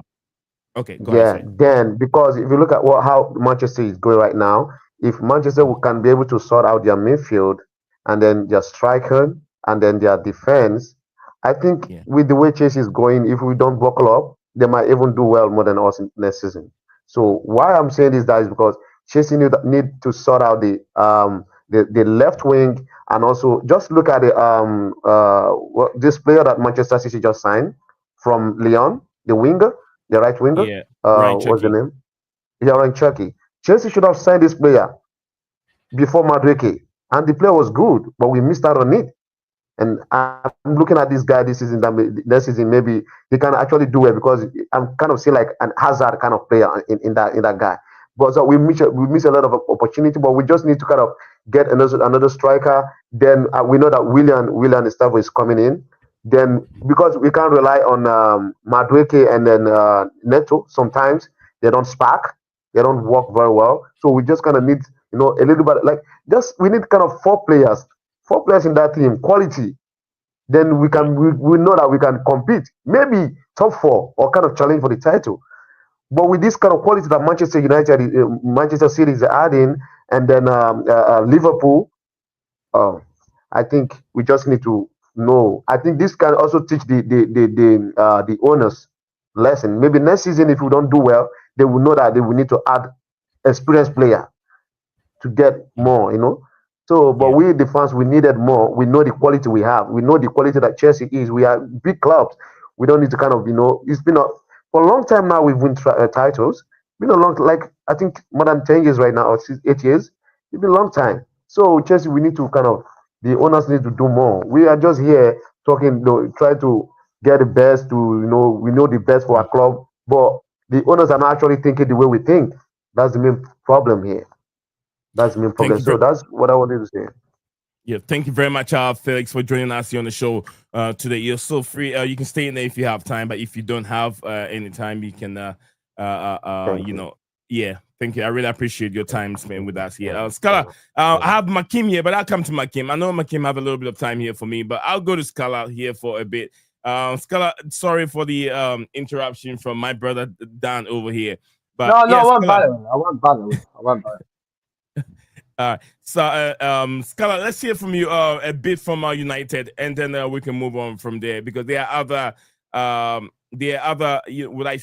players that will be leaving, and the list are there, and I'll let Stephen come in here in a second to take us through those that we have on the list, how much on the book, those that can also leave for free. If you look on the screen right now, Fabrizio is also reporting that Gyökeres will leave Chelsea permanently deal. I know he's taking this information from Chelsea, from either Athletic or somewhere, I'm sure, because I've already said this, and he just tweeted this a few minutes ago. So let's go to Scala. Scala, let's hear from you. United dealings, what's going on with Gyökeres right now? Yeah, I mean, with Gyökeres, I think we saw the update, I think 2 or 3 days back, that he prefers to go to Arsenal. And I don't blame him. I mean, I wasn't very much into Gyökeres anyways, because I don't think he's that good. I think he's okay. I don't think like he's going to come and solve all our issues. I think we have a bigger problems than just replacing a center forward. I don't think you can just, a cookie cutter build and just put a number 9 instead of Højlund and will suddenly become good. I don't think that works out. I was never into Gyökeres anyways in the first place, but I'm not saying this because he has chosen Arsenal over us. And anyways, Arsenal, I don't know if they can buy both Sesko and Gyökeres. I don't know. That would be like upwards of 150. So I don't think their finances allow that, because they've got 2 center forwards in Havertz and this guy Jesus on 250 plus. So they need to move one of them on to sign at least 2 center forwards. So we'll see what happens with Gyökeres. But yeah, according to Romano, he is likely to pick Arsenal over us if Arsenal do put a bid. So that puts a spanner in our works, because I don't think United want to sign Gyökeres. I'm pretty much sure Amorim wants Gyökeres. So those are 2 different things, because we are trying to do the same thing which Chelsea are trying to do. We are trying to buy either players in the range of 24, 25 experience, or like less than 20 years of age, and trying to sell them for a good value. We are not into signing 27, 28 years old and give them big value like Casemiro we did a couple of years ago. So we have shifted our policy as well. We'll see where United go, because I think it is very much evident we wanted Delap. I think this guy, Jason Wilcox, he likes young British talents, and he was upset with Delap, but obviously he picked you. So that leaves us with Ekitike and I don't know, maybe Mateta. Mateta is actually my first choice, because I think he complements all our players. Because if you watch him at Palace, he plays the same system as Amorim, and he scores goals. He also facilitates other players, and he's, in my opinion, a better fit for our team. I mean, it's not just you put a goal-scoring forward who score 30 goals and United will become good. I think you need to look at balancing the squad. And we don't have a number 9 yet, because Højlund is waste of space. Xerxes is not a number 9. So that leaves us with Trido Obi Martin, who's 17. So yeah, we do need to sign a center forward. Do you think Ekitike is worth 100 mil over? Are you in the race? Are you in the race for Ekitike? We can't even sign Gyökeres, man. We have problems with Gyökeres' finances. How do you expect us to go for Ekitike, who they want upwards of 85 million pounds? So, yeah, 100 million. 100 million. Yeah, 100 lakh. Yeah. We don't have the finances. If you look at the comparison right on the screen, it tells you if it's better off to go for Ekitike, because Zagzi, if you look at Zagzi, but we don't play Xerxes as a number 9. You that one without needing the graph. Xerxes, we don't play Xerxes as a number 9. So it's a bit of a pointless comparison, because we play Xerxes as a number 10 in our system. So all right, we can't. I heard a lot of people say that Sergio was a baller, and when I saw him come in the Premier League, He Yeah, can't he's adapt to the quite good. Premier League. He's If you crap. watched before he got injured, he was like nearly missed out Player of the Month award twice for the team, and he was quite good towards the end of the season, but unfortunately got injured. So I I mean, don't have a problem with Percy. I was just going to say, just on Hugo Ekitike, I think Yeah. Frankfurt are kidding themselves if they think they're going to get the 100 million for him, because let's And be real, they tried to do the same thing with Mamouche and they end up getting him go for cheaper than that. And there's no way they're going to get 100 million for him. He's I got think 1 year left, right? they're Yeah. going to find a situation where the player's going to be unhappy. They're not going to allow him to go anywhere, and he's going to start kicking up a fuss and probably be an attitude round. And this is why I think that this manager thinks they're being smart. They're being smart and letting him go for that kind of money. I think they even know deep down he's not worth the money they're asking for. And this is why Right. this deal for this player ain't going to happen for any club. Because as I said, you look at the options that are out there. People are saying about the options. You can buy there's 4 strikers, including Ikikite, yeah, that's on there, right? But then you look at other options there. You still got Benjamin Sesko, who's still available until his move to Arsenal does happen. And I do believe Leipzig are looking for something cheaper than what they want for Ikikite, right, at Frankfurt. And then you look at Victor Gyökeres and you also look at Victor Osimhen. All it is with Osimhen is given the wages you want, you can get it for what, 60 million, 70, even cheaper than that. So I reckon when push comes to shove, I reckon at some point Ikikita is going to be stuck at Frankfurt. He ain't going to be going nowhere. Because I can't see any club putting that kind of money down on the books on the table for him. Honestly, if they do, hostage basically. they will be. If they Yeah. do, then I'll hold my hands up. But I just can't see that though. I don't want your thoughts on that, and everyone. But no, thank you. You're right. Thank you very much, Stephen and Dan will come in here in a bit. I'm gonna ask. I think I don't want to lose Scala. That's why I'm trying to ask him all the questions, so at least I can get his point of view on it before I lose him. But big up to Khan over here. Khan's also big up to Peace Be Still. Yeah. Khan said as always a great show, guys. Always great to listen to Viral's perspective on your channel. Thank you very much. It is you guys that makes this channel flying all the time. It is you guys that makes it the likes of DJ Salva, Stephen G, Chelsea Dan over here, and my big brother also from Manchester United. This is a multicultural fan channel open for everyone to come in. United fan, Arsenal fans, everyone is welcome to this platform. That's why we have a United fan here walking us through the dealings at the football club, because he pays so much attention to United more than me, because I'm just like picking up a few from here, there, and then put everything in my head. That's sometimes too much for me. So I always invite these people to come on, United fans to come on and talk to us about what is going on at the football club. Also, there have been some few reports also came in that Chelsea might have a preseason. One game, Chelsea will play Bayer Leverkusen. Yeah, at Stamford Bridge before 2 games. Yeah. 2 games. I told you the other day, Nick. AC Milan, the other one. AC Milan and Bayer Leverkusen. I did say the other day they'll have 2 preseasons before the Premier League. Oh, I lost Scala. And people I was going to ask panicking as well. Yeah, people going, but it's on the 8th and on the 10th.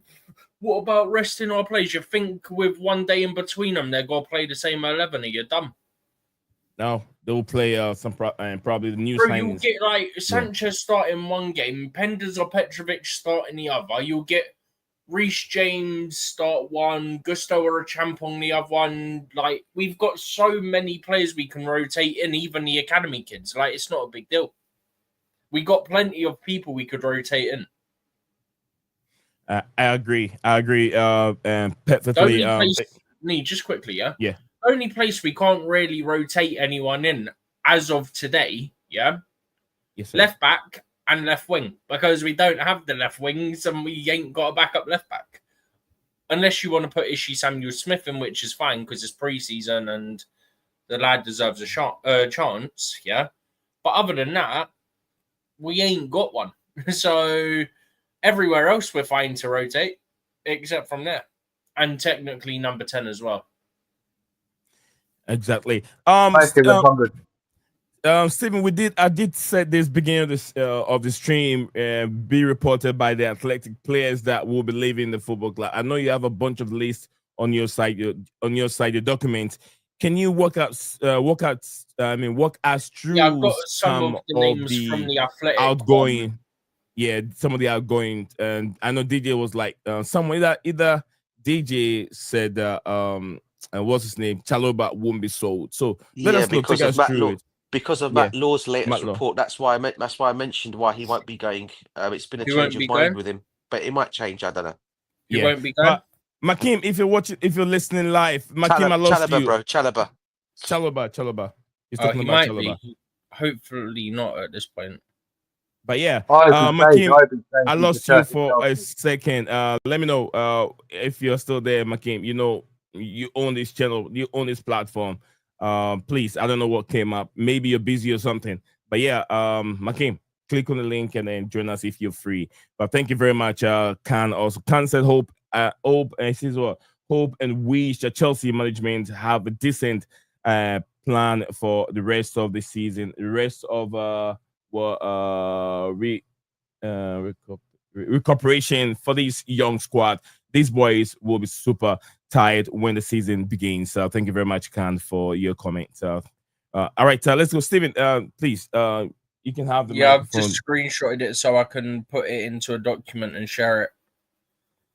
So basically, I've took the names that the Athletic are reporting, and then I've took the rough book value. The book value part is the amount that's next to their names. That part is from my own research into the amortization and stuff.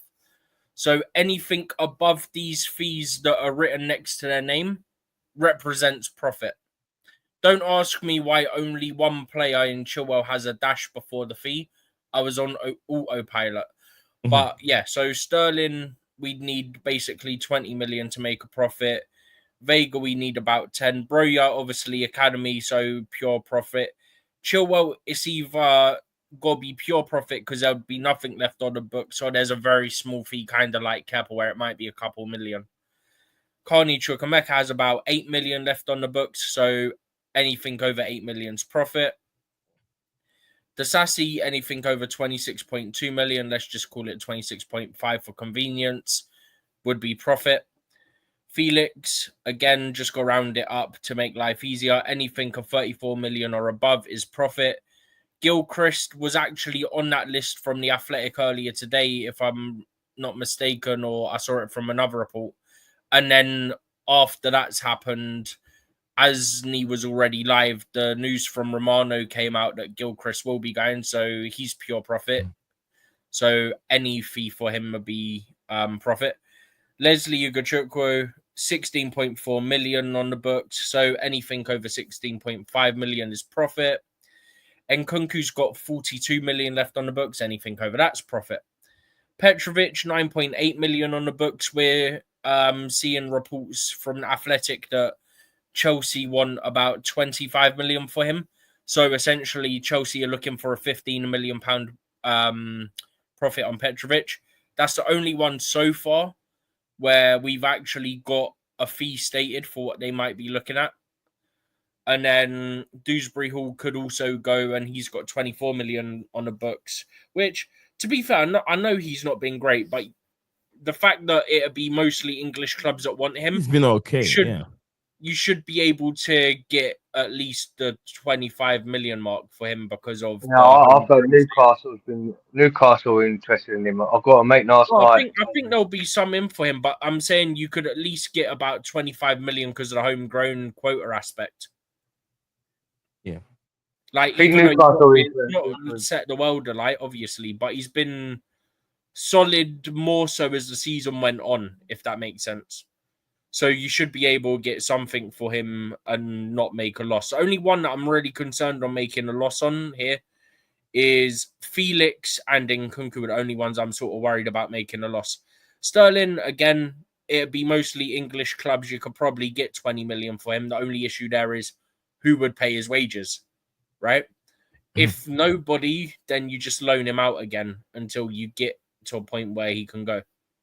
But there's only really Nkunku and Felix that I'm worried about us potentially making a loss on. What's your profanity? There's a story apparently Nkunku's come out with that he's happy to stay at Chelsea. He's happy at Chelsea. He don't want to go anywhere. I don't think they'll sell him. I think this Yeah, I season don't will. trust that he's suddenly happy. No, I was true, Steve. He come out. He said he's happy because he put out something about one of the journalists came out saying that he put out that last season was a bit of bad season for me because of the injuries, but hopefully he said something about his injury structure with the coach at Chelsea has been proving so well. He's happy, and that this season he's going to show the Chelsea to make Chelsea like how he's going to fly like he was back at RB Leipzig. So he was. Dan, can I ask you a question? Can I ask you a question right now? Yeah. Put yourself in the Cuckoo shoes, and after a game, you've been interviewed by a journalist or a reporter asking you of the season last season, how things go. You know, you're definitely not going to say you're not a happy person at Chelsea and you want to move on and blah, blah, blah, blah, blah. We know definitely Cuckoo is not a happy person at the football club. Of course you would. But Lee. Yes, sir. They would do because look at Lukaku. He came out the truth. He would do Look what? at what. No, Lukaku was an interview that Why wasn't Lukaku? after the game. That was Lukaku. Yeah. That was look what he said. Lukaku's son is He different. came out the truth about he went happy with Hold on, Dan, hold on for a second. Lukaku's situation was different. It was a setup appointment thing that they sat down to did a discussion. But this is an interview after game. It's a different thing, two different things. And also, Lukaku, people say there was a loss in translation over there. But Lee, you asked me a question. You're asking me a question, right? Yeah. Any player that's not happy at the club, but what Romelu Lukaku did at Chelsea, and Coker would say exactly the same thing in the interview. He would say to him, "No, I'm not happy here." Blah blah. And he was. No. No one will say that. No, it happens to me. No. No one will ever say that. Lukaku even stated Thomas Tuchel. He came out with his own words about Thomas Tuchel about a manager. He's not good as manager. They do it, Nick. They do it. Football players do it. But Nkunku's come out that he's happy. Yeah, he's happy, and he's got a stretch of a physio at Chelsea. Yeah, and hopefully he's fit. Players will do it. They will come out the truth. They will if in interviews they will say, "Yeah, I'm not happy here. I feel homesick." They will say, "I feel homesick," because people at Chelsea when they interview players sometimes don't add the clip in after what they say in the interview because you miss half of it. Being professional. But Lukaku. Yeah, Lukaku. We know he was a fraud. He was a cement fraud. He wasn't. Just one thing, guys. He's just being professional. That's all. I think just one thing to you guys. I think my only worry is I think out of all the players that Stevens mentioned there, and I think one player I think we should also keep a very good eye on. I think about his situation. Not for Chelsea, is actually Andre Santos because. The way they were talking, I hope not, bro, because everyone was saying, I mean, I know you can't play everybody in this game, and I know you got several games in the but when I saw Darius Asugo come on for him yesterday rather than him, I'm thinking, does our manager really believe in this player? Because he's probably seen Santos more than he's seen Asugo, because obviously he had him at the club last season before he went out on loan. But does that not also answer the point that you're making and about to make, that he hasn't seen Asugo, so he needs to see more of him? Yeah, but I'm just saying. But in terms, I get that. But I'm thinking a game like that. But I was just thinking more from Santos' perspective point of view. I mean, I honestly thought you would have come on for yesterday's game. I really did, and I think most Chelsea fans thought he was going to come on yesterday when the substitutes were being made. I think not the next game. He'll definitely play in the third game. I think the majority of them will play the third game. Well, I hope so, because he wasn't even warming up yesterday. That's the other thing. I don't know if you saw. Obviously, you guys watched the game yesterday, but there was no signs of him warming up. No, exactly. The other players warming up, but he wasn't. Guys, let's hear from Makim, who's joining us here. Let's hear from Makim. Makim, good afternoon, mate, and welcome back to the show, sir. Big up everybody. Big up everybody. Sorry, I took so long because I'm going somewhere. I'm on break, innit? So I'm trying to go somewhere peaceful so that I can really counter attack you guys' points, because it's sickening. Yeah, that doesn't make sense what you guys are doing there, and I like the back and forth that you guys have had. But one thing before I go on mute for a second, and Nkunku and Sanchez might actually stay and start. It might happen Sorry, say that again. What because was that? Sorry, what was that, Maki? Sorry, that again, bro. What was that? Sanchez and then Sanchez. Kunku Oh, might actually Sanchez. stay. Oh, right. Yeah, they might actually Oh, stay man. and actually play a big part. One question for you. And No, also, Dan. Let him land. Let him land. Yeah, no, I was just going to say about Reece James. Please, let No, him land. the reason I know, I hear you, Dan. I hear you. I'll get to you still. Let him But land. and Kunku, yeah, when he came on, have you guys not realized something? His game has changed. His game has gone back to what he used to be at PSG. They've negotiated behind closed doors. When he came on the pitch, he wasn't a striker. Have you not realized that? He wasn't doing nothing with the front three. Have you guys not realized that? No, not at all. Yeah, I realised that, yeah. Yeah, he's gone straight back into his basic levels. So You mean we're from probably Leipzig? going to see. Yeah. Or even PSG when him and Mbappe, when they play for France and PSG, they like you're talking about crashing the box. Look at Nkunku's game. All like go back. This guy is a serial box crusher. Like that's his thing. Like that's his speciality. And he to the point where he ended up having like up to 20 goals. Before he came to Chelsea, he didn't have the size to run through players. So he used to crash all the time. And now when And he came on the pitch, it was him and Enzo playing together in that midfield in the pivot. I don't know if you and guys who realize that. and who scored Yeah, that second goal, Maki? But he will Enzo. score the second Yeah. goal. How No, you like it wait. now? I'll get to that. Hang on, Wait. Because at the end of the day, yeah, Yeah. what us seeing the best out of Nkunku is gonna bring out the best out of attackers. And to be honest, yeah, him and Enzo did well going forward, but defensively we were all over the place because they're both box crashers, both of them. So they have. Do you get what I'm saying? That is why I've been going on about it for a few since he's been here. We're not using Nkunku the way Nkunku needs to be used. And yesterday, Nkunku, my ball. yeah, and then Nkunku now, yeah, is being appreciative that he's being played in his rightful position. He wasn't sad yesterday. He's going to defend the establishment. He's going to defend the club. They're giving him a realistic chance.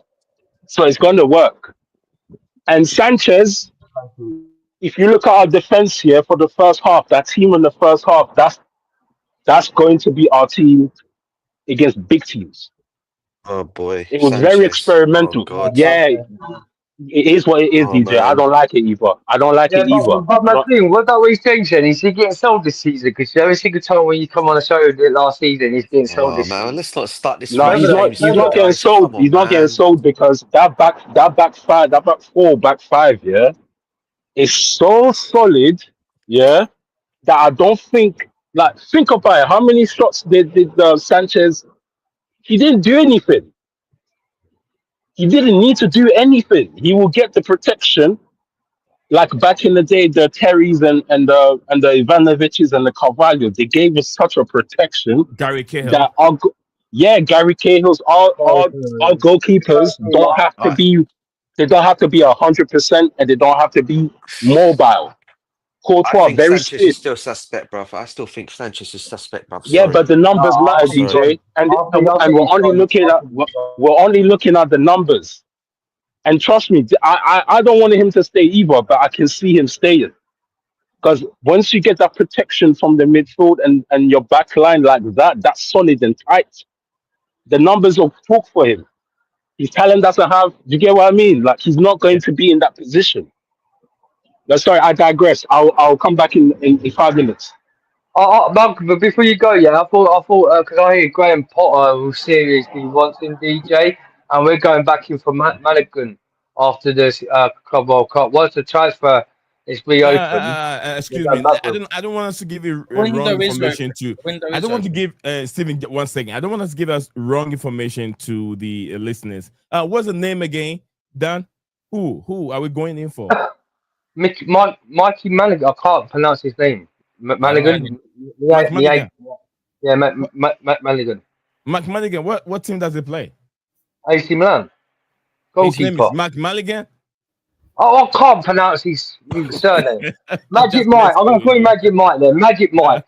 All right, Magic Mike You Lee. you can He goes, pronounce you know what? any You know name what? right. They like playing You piss out of him because I can't pronounce hold on. people's names. Dan, you've known Makeem on this platform for over a year now, and you still can't get his name right. You did not call him Makeem. No, you didn't. I didn't No, you call him didn't. Makeem. DJ, did I not call him Makeem? I gave up that fight a long time ago. You know. Makeem, I called you Makeem about 10 minutes ago, didn't I? No, you didn't. Well, You what did I didn't. say to him then? You said you pronounced the same name you've been pronouncing since Thursday. No, You heard I his said name or you saw Makeem. him on this platform. No, I said Makeem. Okay, Yeah? guys. When you enter the show, you rewind back when Makeem started and it'll come up, my words, Makeem. Alright? Instead of Makeem, I'm going to call him Makeem, like with King, because that's what you were saying.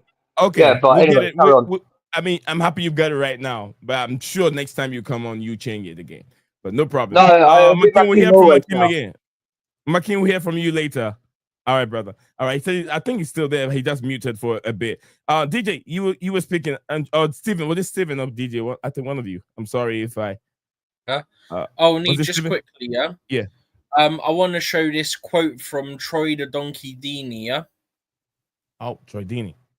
Yeah, what did he say? Yeah, I've sent it to think. The man who doesn't like wearing tie. Now. Okay. Bro, look how dumb this guy is, yeah. Troy Deeney on the lap. I think he's missed a step being in the lower level of Prem and then jumping out to Chelsea. I just think he's missed a step in his development.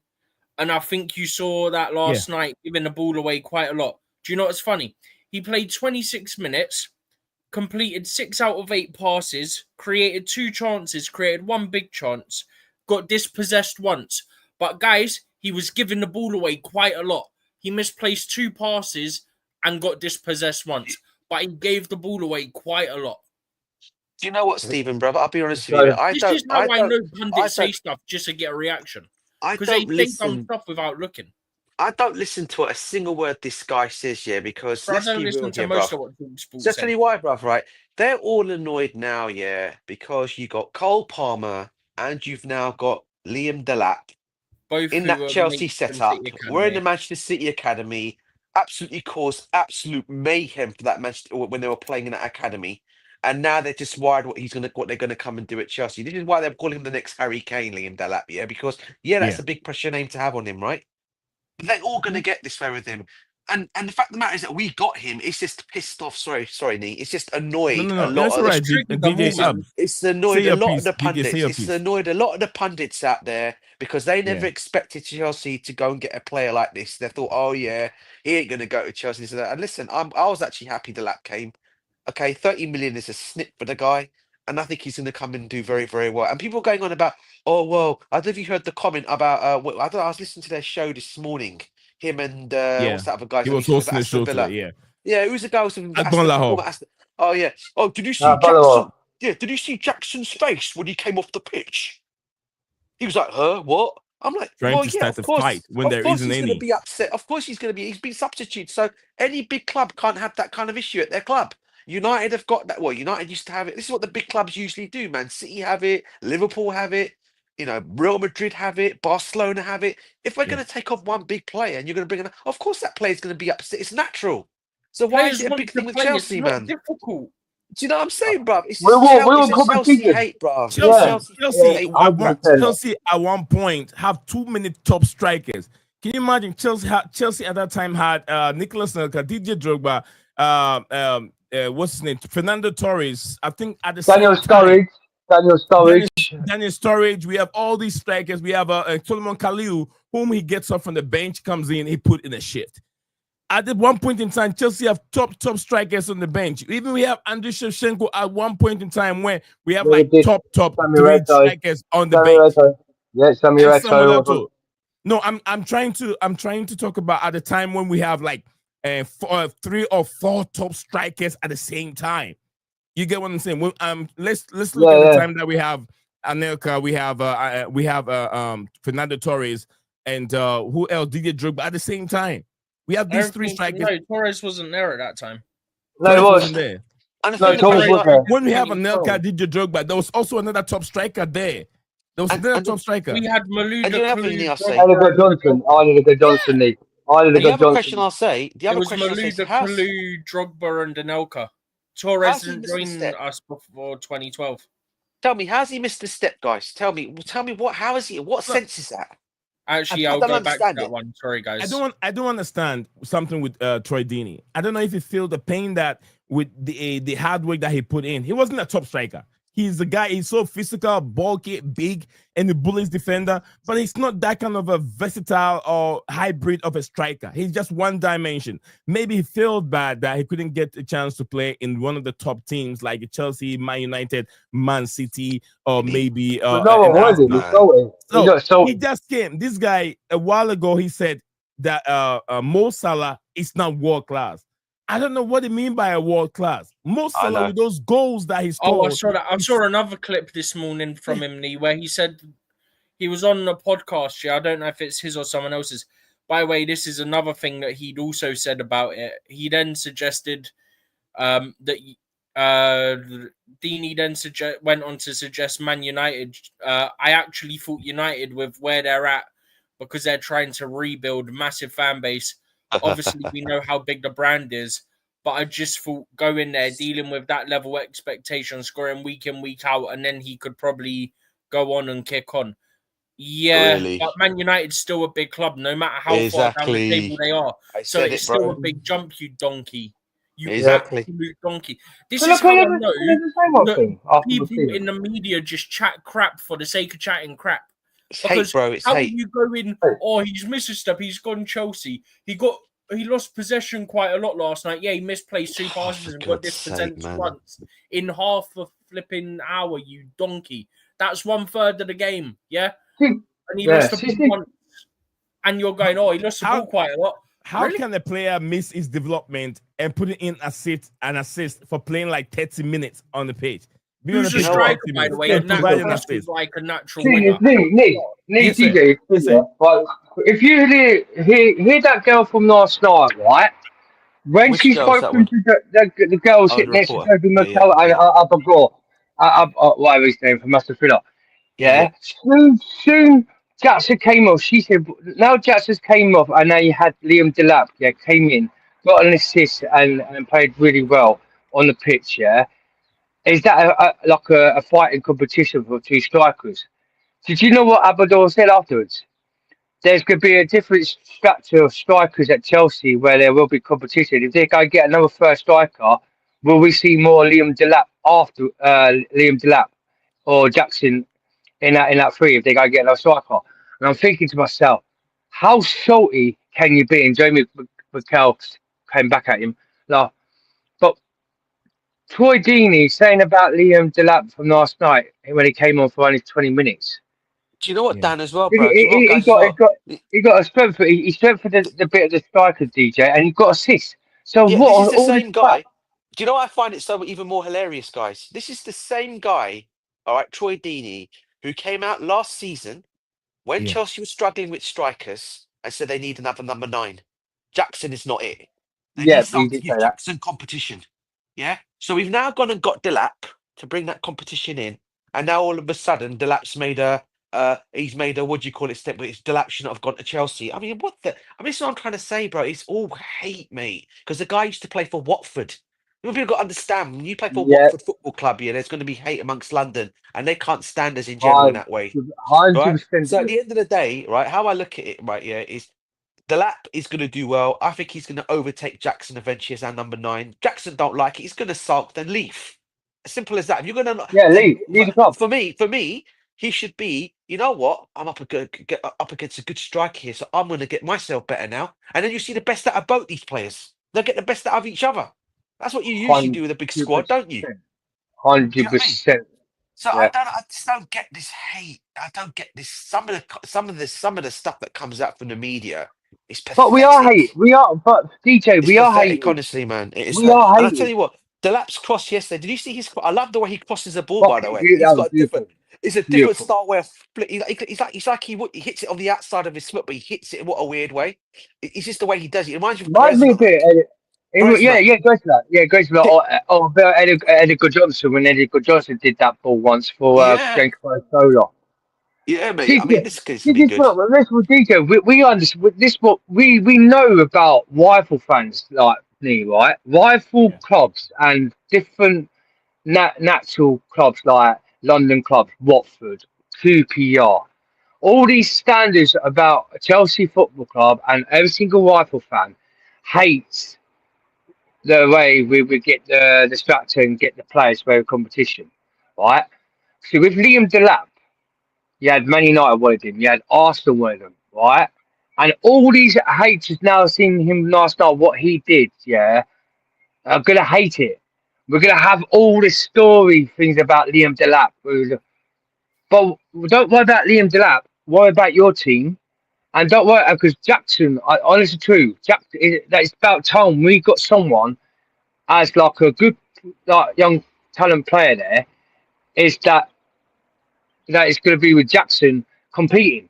Because if Jackson last season he didn't get a lot of goals, and I'm thinking if Liam Delap proves more games in the coming games, and if we do get another striker, then it is a worry for three of them. And I think Jackson will probably go to Galatasaray. And if he wants to be salty with Liam like that, and if we don't get another striker and it's them two, then yeah, get out of our club, Jackson, because you're useless anyway. You ain't nothing you ain't been nothing special for you. For what part? You and Cole Palmer do a bit of touch and pace and passing the ball through. You don't do that half of the time. But I think this Liam Delap, who we've now got in now, right, DJ and that, I think there's going to be competition with Jackson, and I think he'll get more goals, and I think he'll get first star in the Premier League than what Jackson will be on the bench. I think this boy is going to get his goals more than Jackson this season. And with 2-3 joining, I don't listen to their saltiness. I don't listen to the rival saltiness because they're just jealous. Because we're getting something. It was brilliant. There was rival fans doing watch-alongs of the game last night, and they're so upset, and it's so good. I was watching one of them earlier when I woke up, and one of them went, my prediction was 2-1 to LAFC. I was like, bro, are you dumb? You predicted Chelsea to lose 2-1 to LAFC. It was an Arsenal fan, which makes it even better. Oh, typical Arsenal fan, yeah. I watched what I watched something on YouTube, haters, and DJ and all these like Arsenal lot and Hussam and that. Did you know I watched there's a Chelsea LSC watch along from last night from Chelsea. You can see it cover with Arsenal. You got an Arsenal fan, you got Liverpool, and you see all them lot watching it. And a mountain of hate they did at Chelsea. Oh, Liam did that. Loses the ball. What channel was this? It's a hater watch. They do like a hater watch along. Just type in hater watch along. They do like. I know what that is. But I'm saying what channel. No, it's a proper hater. It's a proper a YouTube channel. Just put hate along here. Chelsea versus the team from last night. It's like Astra. I think it might have been on another one he's talking about. I think it might have been on. Is it Saeed TV or Man United? Oh, Saeed Man United. You know what? I think it might have been him, or it might have been, or was it the guy from Arsenal? I know Lee Gunner was watching it as well. Big up to Lee Gunner, by the way. I know he was watching it. Yeah, Lee Gunner and all that was watching it. Who's that? Who's that? Troy? Is it Troy? No, not Troy. He starts with T. I had him on that time with what's his name? Who's an Arsenal? Tony. Remember Tony? We had him on Tony's show. And Tony Claude, Arsenal. Yeah, Tony Claude. Yeah. But Tony Claude, he had. He's an Arsenal. Oh, what's his name? He's a proper Arsenal, And I crashed him on Tony Claude's TV's channel. I forgot his name. Right. But he was watching the Chelsea game. And Saeed and all that watched the Chelsea game. Right. Is it Bance? No. What's he? He's not. Oh God, my brain. Well, he was watching it. Yeah, they're all watching it, right? And I was watching it earlier today, and the amount of hate they had of like saying about Liam Delap. getting Did you assists. did you guys hear? Sorry, Dan. Did you guys hear Perry Groves on Talksport with Jason Cundy?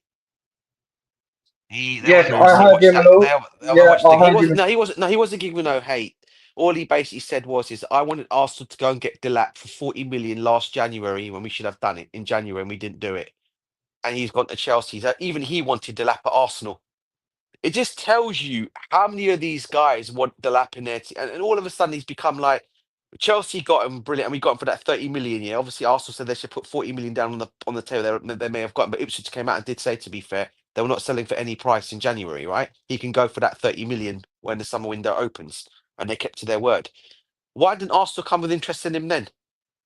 I mean, this is what I'm trying to say. It just tells you, yeah, when player does, when you know a player's got, and let's be real here, when you got a player yeah. of this caliber playing in your team, you know he's going to make a difference. And look, listen, I'm not saying listen, I'm not going to get too carried away with Delap. I know he's got a long way to go. Yeah, but for what he's done so far, for what he's done in his career, for what he did play, how he's helped Ipswich, if he brings that to Chelsea, man, I think he takes his games to other levels, mate. I really do. And I I do. just think I that do. I think I there's mean, yeah, go on. oh, You go got ahead, me. DJ. Go ahead, DJ. No, Go that's ahead. it. That's it. Go on, go on. Actually, we can take. I think he just There takes is you to other something levels. that That's all. there's something that's really within me that I have the feeling that this guy is gonna do good, or is gonna do a lot at Chelsea. Yesterday when he came on, look at that assist. I think there was one that he missed. He didn't miss it. He passed that, but we didn't get a goal from it. Anytime he gets the ball, he runs behind and he goes to a place that he feel like he can't shoot. He's looking out for someone to lay a pass to. You're on He's about the looking at one where he someone. ran around the defender to the touchline and tried to cut it back to Enzo. It got blocked. Yeah. He has his head up. Before he made that pass, he had his head up looking for someone. And that's something that I've always been criticizing Pedro Neto for. He had his head up first, looking for someone to lay a pass to. And he did His that. movement was so good as well in general. Is good. Like, This guy, imagine having one of the best in the middle for him, like a Fabregas eye. The one, our number 10 should have the eye of a Fabregas that can lay these passes to this guy. He'll be better than Erling Haaland. He's skillful. Yeah. He's a complete footballer. He's better than Erling Haaland. Finishing Haaland is one of the best because he has the players that can lay him those passes and then finish it. Always Haaland has one-on-one. Haaland, majority of his goals are almost about 90% of his goals are one-on-one. Haaland goals are one-on-one. Imagine Chelsea having a number 10 that have that eye of a Fabregas to lay those passes. Incredible. This guy will be a beast in the Premier League. Cole Palmer. But Nee and Steve, though, the thing when you said about with the lap passing that ball with that 1-1 when the first one, see what I'm telling you now. Soon he had that ball to pass it into the corner of the goal. Yeah. There was no players in that box to finish the chance. The second time Enzo is the guy who has to be running into the box. The second time there for the lap cut back. The defender just managed to block it. But what I'm trying to say is that when you run the time the lap put that ball in there, like some players were never in a box to get the assist. But that second one, when he did that beautiful ball when Enzo finished that goal to make it 2-0, that was beautiful. But then you having someone called Troy Deeney saying about that on TikTok, it's a joke. Like, what game are you watching? What game are you watching? I can't. He made one mistake. He wasn't watching that. I'm guaranteeing you now. He was not watching that because how has he got dispossessed once and misplaced 2 passes? He goes, "Oh, I gave the ball away quite a lot." Where you got that from? You're just making up absolute waffle like John Obi Mikel, bruv. No, I think don't get me started on Mikel as well, by the way, because he bloody annoyed me last night. Yeah, but Steven, take us through what you have on the screen because I know we've been sharing things, but we don't talk about it. Take us through this one, and then DJ Sab also send me another one so I can also put that on the screen. Then we can move on from what we're sharing. The one that DJ sent is about a 13-year-old kid. Yeah, exactly. That one also. But yeah, so Sharman Lowe. This was initially reported to Simon Johnson from The Athletic yesterday, so it's nice to see Romano giving credit for once. Normally taps in without credit, so well done to Romano. Big up. But he's extended by 2 years with an option of a 3rd year, and the loan was this whole deal was reported yesterday by Simon Johnson. Simon Johnson said the loan should be confirmed today. Okay. So sometime today we should be seeing the loan get confirmed to Bolton. But let's Chelsea be honest, player, yeah, and he's a Chelsea they're player. going to loan him out this season, maybe use the option next year, then loan him next year, then sell him. Because there's no pathway for him, because Mike Penders is going to end up ideally being number one down the line. So there's no pathway for Sharman Lowe unless he'd be happy being a third choice for his career. So Yeah, this boy's 18 as well. He's not. He's I think 17, 18. Sharman Lowe? Yeah. I think he's about 17, 18 years of 22. age. He's 22. Oh, 22. Oh, he's turned 22. Yeah. Thank you very much, Stephen G. And good afternoon. Good afternoon to you, JC. Big up to you, JC, and joining us here on the show this afternoon here. And this is what okay, Stephen shared that for me. I thought you'd already opened the actual tweet and not just opened DMs. That's why I got it down quickly. Oh, there's nothing there. Oh, okay. Yeah. It's for all you can see is who is coming from. Yeah. I went to inbox. On the actual tweet, there's more to it. Okay. But I mean, if you know the story, just walk us through it. If you know the story. All I know is that he's a 13-year-old from Blackburn Rovers. And that will be joining Chelsea. The 700,000 that we're giving them for him. Oh, 700,000. 700,000. That's a lot of money. That's a lot of money. If you open up this tweet, you'll see another tweet previous to that says about 700,000. Because what happens with players, I think it's under the age of 18, it goes to it normally, if you don't get some sort of fee, it normally goes to, I think it's like a tribunal, and then they decide how much it is when the player's a certain age. Damn. So it's probably to avoid it going to that. Yeah, imagine if you didn't do it and the player is 18 and he's now a baller. Everyone wants him. Mm-hmm. By the same time, it is what it is. If this kid who's only 13 now ends up in Chelsea first team down the line, no one's going to complain about them paying 700 grand when he's 13. I'm going to complain now, yeah? Having said that, you did just get 1.5 million last night for a win in the Club World Cup. So you can put the rest of that 1.5 million towards the Milan fund, win on Friday, then you've got, 2.5,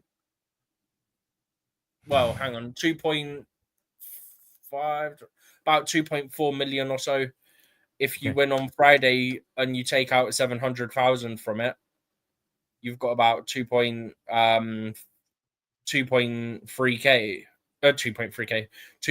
million to go to the Mike Minon fund. I'm just saying, you know what? I don't know what's that with some of our fan base here. I've just been saying on X here, I've been taking up because we've been getting a lot of crap come our way, about our crowd last night at the game wasn't high. And people are saying, "Oh, Chelsea don't have a 3 p.m. kickoff in Atlanta against LAFC." Thank you, bro. And what I was trying to explain on X, like I've been trying to make these people understand, including our own fan base, is exactly what you just said. And secondly, the fact of the matter is we do have a strong following of fans in America. It's just because it was at a time when people were working, they're all at work. They're not going to come and watch a game when everyone's still at work at that time, So what were they expecting now? Now, if you put us on the same time Benfica played their game, I guarantee you we'd have had a stronger freaking crowd there. Yeah? So I don't know what's up with these fans coming at me on X, on Twitter. Do you know what I mean? Our own fan base as well. DJ, what makes me laugh, bro, is that people went, "Oh, look at this pointless friendly between Man United and Arsenal. It was sold out." Yeah, that was on a freaking Saturday, you dipstick. Exactly. You know what I said? I did explain this. I don't know what year that was. That was a friendly on a Saturday, so you're gonna get crowd, yeah. And they went, "Oh, Chelsea's big game in the Club World Cup. There was no one there." Well, because it's a 3 p.m. game midweek. Exactly, and people are working, man. Wait, I did explain this yesterday. How it is here in America. I know that they pay. Big up to you, JC. JC said, "Dan, why are you not in the stadium? Why are you not in USA? It's your fault that the stadium was all empty." Do you know Makin said the Benfica It says the Benfica Barca game Benfica Boca was game was spicy. Yeah, I missed that one. I was really tired, and I went to lay down. I fell Then I asleep, missed and again. I fell asleep at Yeah. 2-1 Boca with Boca having a red card. I Yeah, woke up Yeah. when the full-time score was 2-2 and Benfica had a red card as well. I was like, what? They're the first sendings offs, aren't they, in this tournament so far, aren't they? No one's been sent off yet, have they? No, are they? But- no, I think but there was this one is- earlier on. Wasn't This there? is my explanation to No. the game why there wasn't enough turnout on Chelsea's game. One, the time was very wrong. The time at which during the week also it was very Exactly. wrong. I told people compare this to our preseason game. A preseason game when we have so much time and when it's being played. Here in America, if you know much about how American games are, what the time at which they play those games, NBA, basketball, baseball, everything is after like 6 o'clock. Yeah. It's after The whole everyone place starts getting will out be of work. full up. Football And game. on Friday, I think our kickoff's at 7 p.m. right against Fluminense. 8 against p.m. It will be Fluminense. full up. It's 8 p.m. So UK. it's It will be full up. probably what's it called? So that would be 3 p.m. No, What is it 6? Let me wait. see. Oh no, it is 7 Yeah, p.m. it's Yeah, 7 confirmed, p.m. yeah. It's 7 p.m. It's 7 It's p.m. And there's So one at 2 a.m. and this one at 2 a.m. in the morning, and I ain't watched that one at 2 a.m. in the morning. No Yeah, way. no, that's the Tunis seven- game. I'm normally awake, so I'll probably end up watching it because I'll probably be awake. And It also, Yeah, did you it watch won't the be a good Flamingo turnout. game last It's night? on Saturday. Is it Yeah, Friday? Saturday. No, Sunday. Yeah. no, Sunday. no, We no, might- no, we no. might- That one I don't know. I'm checking now. Give me 2 seconds. No, the It's second on game. the The second game. 25th. It's on the 25th of June. Did Fluminense That's play the their Wednesday. game yesterday, That's by the the way? Wednesday morning. Yeah, Flamingo played their game last night, 1-2-0. They won 2-0, same as beat, Chelsea. yeah, Esperanza But they're Tunis ahead 2-0. of Chelsea on discipline because we've got 3 yellow cards. They've got 1. Yeah, and you Could know I- one could I more just- yellow card for Reece could I James and just one more call- yellow card for Yeah. Cucurella that gets suspended, by the way. Could I just Just come let in you with a guys know. bloody FIFA World Cup? We were talking about the fans yesterday. On DJ, game. we were talking about Club World Cup later at Yeah. 5 p.m. That Yeah, was 5 p.m. Dan- stream. Okay, okay. I don't know, what it was, I just want to say something about a lot of there's been a lot of statements coming out on Sky Sports, ESPN, Talk Sports about FA with hardly any fans in the stadium. Enzo Maresca come out with it. Cole Palmer come out last night, criticised Enzo about the tactics of the Palmer staff. didn't speak last night, mate. Stephen, I've actually read it up. I've I've read it literally up. seen the quote. It's Oh. Maresca saying he told Palmer like you could do that from the first minute. It wasn't Palmer that spoke. Well, Palmer came out. Apparently, he said Palmer came out. Yeah, it was come out. He said about the tactics thing. Why could we need to start moving it forward instead of passing it back? Because last night's game was boring, I have to admit, but we saw good things going forward. And the team like Los Angeles last night, we should have battered them, but they had so many chances in the box, right? Against us, they could have equalised. It was like embarrassment. But with FA, they need to start having more fans in it. Like, I watched the Boca Juniors versus Benfica, and what a game last night! Like the referee was actually on one. Andrew Herrera on the bench, like on the sub bench, comes to get on, sends them a red card because of the incident with the penalty. That you could tell that was a penalty. They did well, and you could see all fans in that stadium last night were Boca Juniors versus Benfica. It was crazy. Like if it comes to Chelsea games, they need to bring more fans to cheer the games on if we're going to go far in the competition. But hopefully, yeah, for me and go let's see, we got them. What said. Hey Dan, why can't we do like the Qataris and just buy fans? Yeah. That's where buy fans, and give them a ticket. Because if people Yeah. are at work, they're No not going deals. to go whether you pay them or not. You can't have I've everyone doing I've this. already read this about the Conference League thing about him being Yeah, bored. but look, it's from Maresca on Palmer, not Palmer speaking. Yeah, basically, yeah, I've seen this. Yeah, that's when he was saying about ball. But there's another thing about last night formation tactics, keeping passing the ball back. Bro, Steve, this page literally aggregates all the quotes, and there's nothing from Palmer. there is. I'll send a thing to Nee and Who This posted is it? what I had on I'll yesterday's double check game. this account. After the game, I saw an interview from Dilap.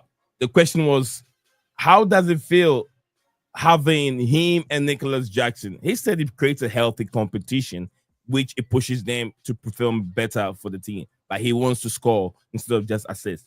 He said something nice. It was being interviewed by that lady who was always in charge of this zone, that black lady. I don't know what her name is. Sorry, Lee, but I just read this absolute Chelsea tweet, Yes, sir. and I will trust Cole Palmer's character more than Enzo Maresca's words. yep, Ooh. that's what I'm saying. I trust more Cole Palmer. Yeah. Because Cole Palmer actually said to Enzo Maresca he wasn't happy with the tactics from the formation, keeping passing it back to where we need to push forward. Give me the ball and I'll create it into the box to get his goals. Yeah, and The system's been changed for it to be a possession game. So it's like when you're bringing out these statements here, it's like something. And he said it. He said about his tactics. He criticised Enzo's tactics about passing it back, and Enzo came back to him and said about a thing, and he weren't going to play in the next game because the next game, what Cole Palmer said. So, in a way, fair enough. Yeah, Cole Palmer's come out the truth because it was last night. It's looking so back. who said that he wasn't getting played in the next game? Who said that? No, but I'm not just saying. It was criticised. You said someone said it. So who said No, I know. I'm saying. I just said if that's the case, yeah, if he's criticised Enzo, he should play the next game because he's the manager and whatever tactics Enzo manager. Because the next game was last night. So yeah, no, but he's on about that thing. But yeah, he might play the last night's game. But if he's coming out with this criticism about his formation tactics and it's boring and that, well, like, it's coming out the truth because it is. Like, we watched the game last night, it's like the same boat what we watched in the Premier League, where he's just passing back and like can't break the counter down. And then get 1-0 league, and we're lucky to go 2-0 up. Because last night, that team, we should have dominated them about 5-0. The right back was crap, and Nuni Madueke lost how many times with the ball at the right back? I don't it was know. terrible. Apparently, the lap lost the ball a lot, according to Dini. Oh, yeah, what? According to who? By the Troy way, Deeney. Troy Deeney, the Bro, donkey. Just bro. quickly, Nee, I'm going to put something else up because there's something about David Coote coming up. Oh, great. David Coote. David Coote has been charged with breach of FA rules E3 in relationship with comment that he made about Jurgen Klopp in a video recording around July 2020, which appears on social media and in November 2024. It's alleged that the referee acted in an improper manner and or used and abused which he did. or insulting words. Insulting words, contrary to FA rule E3.1. Which he did. He did. Yeah, did he? Oh, good on him. Was he? Like, as bad as it was, he wasn't wrong. It's funny though, man. It's funny reading that he's been charged. Yeah, that was a mess. But Is I it- want to go is back on. I want to go back onto the Delap thing. Yeah, I was about to say something about Delap. Yeah, I don't like people saying this about Delap. Oh, he's lost the ball, this and that. Like I didn't like Delap before coming to Chelsea, but seeing him in the Chelsea shirt, yeah, it's changed my mind. Like, he's a good kid. I like the guy. And the thing is, yeah, he's a nice kid. It's like I don't want them to rip him apart, like character-wise, because yesterday he was very facilitating. Professional. You know when very professional. Yeah, you know when you're a new worker in the space here, You try to make the job itself easy, not just your job. And that delivery that he gave to Enzo, he gave a striker's delivery. Like that's what a striker would want. That was an excellent cross, He wasn't it, gave bro? what he wants, given Yeah, that. what he would want. But for me, I don't want him to carry. I don't want him to carry on like this, How you though. want to be. I don't want. I don't want. No. I don't want him to keep being assisting others. It- I don't. I want It should be him. him. He's the one in the Yeah, box. yeah. That's what I'm saying. I Yeah, want bro. him Agreed, to be in the agreed. box. Yeah, the cutbacks and all of that. Like, I need him to be on. Don't be the Jackson. Yeah, just be in that box. Have that He'll be in the presence. Yeah, box, because man. It'll be fine. I feel like he. Hold on. I feel like he's lost a bit of weight since he's come from Ipswich from last season. I don't know if you guys are seeing that. Physically, But you he know, looks a bit slimmer and quicker, and I don't really Yeah. like that. you don't. You prefer him to be a bit more like. I'd prefer him to be quicker and he can still smash into people. We saw that last No. We have people for that. I want him to be the stocky bully guy in that Bro, he was precious, still that last the night. last defender. Bro, he Bro, smashed the defender on their captain. I agree on Malcolm there, what he's saying. I agree on Malcolm. I'm telling you, bro. We need him for a specific thing. Yeah, we don't need you to do the Jackson role. Like we don't need you to be like a false nine or a guy that runs around and makes the game, overall better. I want him to be selfish. I miss my selfish strikers. Let me give you guys this breaking news. Wait, one more thing, Nee, and Delap. The reason why I say that, I see Harry Kane and Delap, and he's both footed. I said that as well, bro. I said the same He thing. he hits the ball very hard. Yeah, we It's said like that. a hard shot. Look at his biceps. Look at his legs. He's lost weight. Nee, trust me, he's lost weight. I want him to get thick again, like last year. Get bulky. I want. Bully, Yeah, man. bully, the push bully. everywhere. Yeah. It was Yeah. broody. It was broody. If you watch the Ipswich games, Lee, he was broody and stocky. But if you look at him last night, he did like it looks like he's lost a hell of a weight. But I'll agree on Malcolm. I don't want him to be a Jackson. I want him to be in that box fighting. Did you guys hear that? Did you guys hear that? What?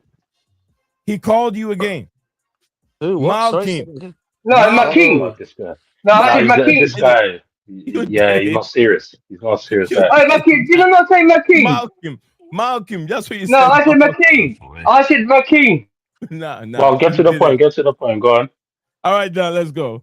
But I was just saying this real quick. The upcoming 2025-2026 UEFA Conference League will take place in Leipzig, Germany. So yeah, I know you guys don't care because you're not playing Conference League anymore. The what? Play where? Conference League the finals will be hosted in RB Leipzig. Yeah. Let Nottingham Forest deal with that one. Hey guys, let them see if they win it. Let them see if they win it. Very interesting people. If you're joining us live on X and YouTube, my name is Nazan with my co-host Stephen G, with wonderful special guest in the studio, the legend himself, DJ Makim, and proper Chelsea down. Yeah, Malcolm all the time, Malcolm. Big up to you. I want to love you forever. Big up everyone. Sorry for joining late. It's been a busy morning at work. I'm listening along now. Though, but thank you very much. Wonderful. I want to love you forever. People, show your love to this platform. Don't forget to like, comment, and subscribe to this wonderful YouTube channel. Absolutely. Sorry about that. I think he's deaf. I think he's deaf. I said McKean. I didn't say Malcolm. I said McKean. Dan, I'm recording this. Do you want me to play back? Oh my god. Oh, yeah. Play it back. Go on. Play it back. I record the shows all the time. Yeah, go on. Play it back. Play it back. Do you really want to do this, Dan? just quickly, what time's the second stream today? It should be 5 p.m. UK. What time is it? It's already 2:10. Oh shoot. Okay. So yeah, we should. I mean, we've done. Sorry, guys. I've got to go anyway because I've got to pick up the kids, take them to the dentist. But love to you lot, McKean. Yeah. I'm gonna call you Malcolm. Yeah. Just like Nee says, I can't call you Malcolm if I just said McKean, right? Oh boy, Right? You But the thing is, But the thing is, you're gonna get your backside smoke. You mess with McKean. My name's called Papa Chelsea, but why do you call me Chelsea Dan? It says Papa Chelsea. I'm not Chelsea Dan, innit? No. That's hypocrite. Yeah, it says Papa Chelsea. So you don't call me Chelsea Dan, you call me Papa Chelsea. I'm winning this. See, McKean, on my YouTube, does it say Papa Chelsea or does it say Chelsea Dan? Guys, can you? What does it say? Proper Chelsea, don't it, DJ? So Dan, you know who you are, bro. Yeah, but you know my name's Dan. I know you guys know who I am, but people in the world probably won't know who I am. Who watches this live stream? But a few people like JC. Everyone know who you are. Dan, they would. They would. No,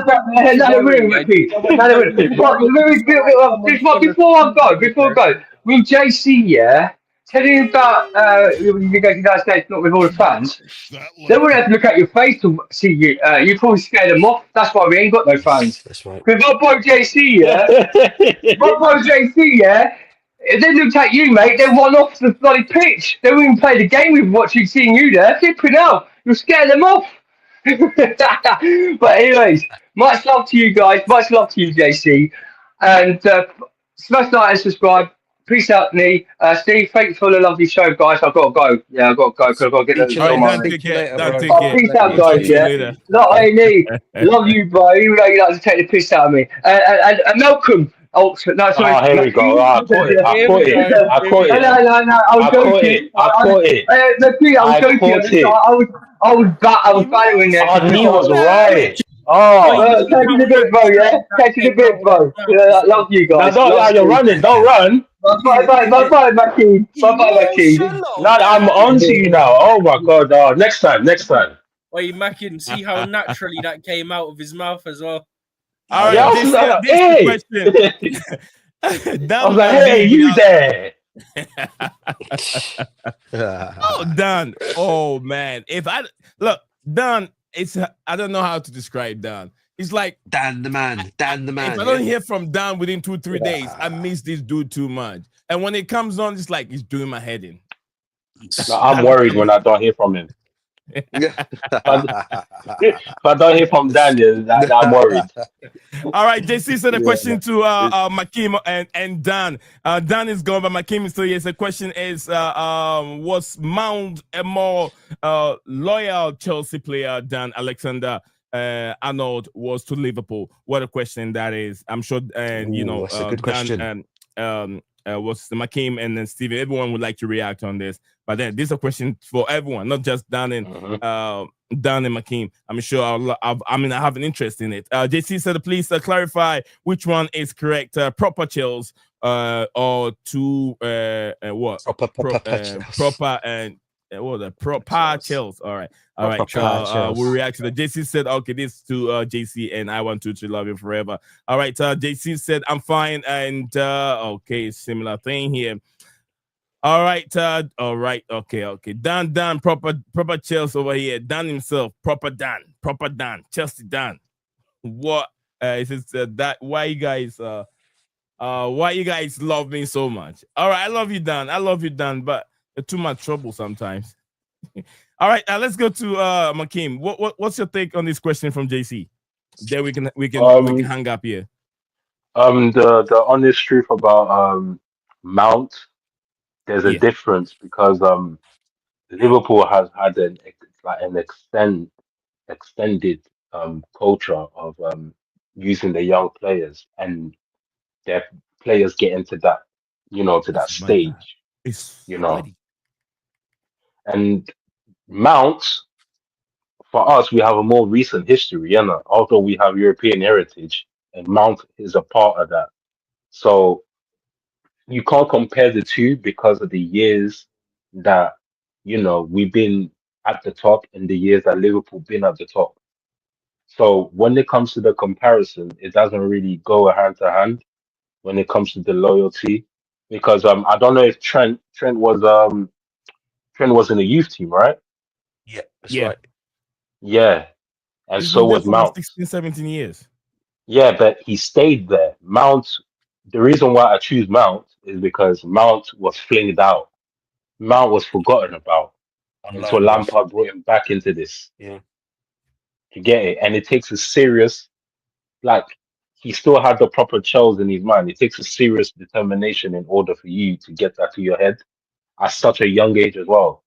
Which is why, like, what he did in 2021, I don't think it's going to be replicated by anybody in the youth squad, really. So I will choose Mount personally. What do you think, Dan? I mean, a DJ. Sorry.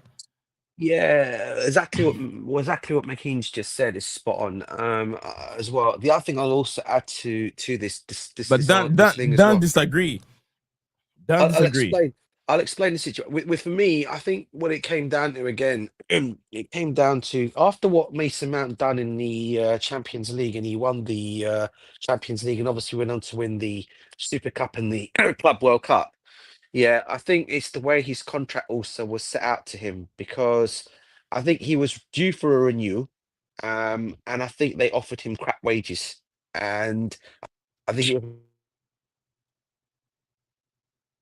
Oh, Uh, DJ cut out.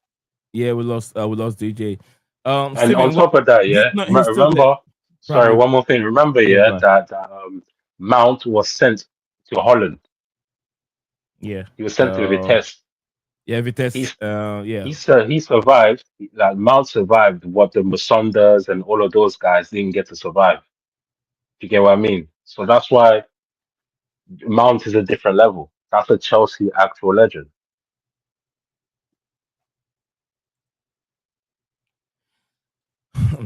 Steven, what's your point on this? Which of these two is more loyal to the football club?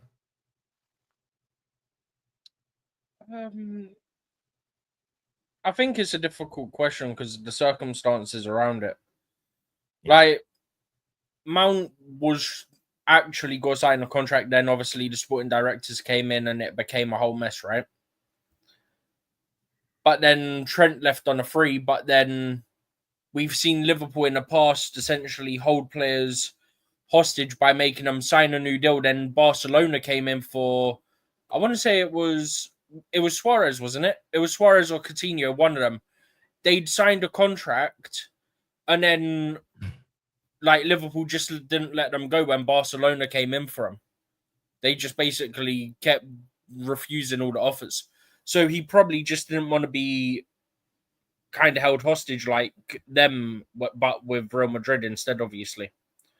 So he did what he did. It is what it is. Like, realistically, Trent was a starter for Liverpool for longer than what Mount was at Chelsea. He broke through at a younger age as well. But it depends. I think Chelsea fans obviously say that like the Mount situation was probably worse. I think most Chelsea fans would say purely because they're Chelsea fans. Do you know what I mean? And Liverpool fans likewise would probably say Trent one's worse because they're Liverpool fans and it directly affects them. Do you get what I mean? But you, as a neutral point of view, where do you stand on it? Because I have a, I think it's difficult to compare because of the circumstances around it. It's not difficult, Steven. It's not. It is because the circumstances aren't the same. One still had time left on their deal and was going to extend until sporting directors came in and changed it. Yeah.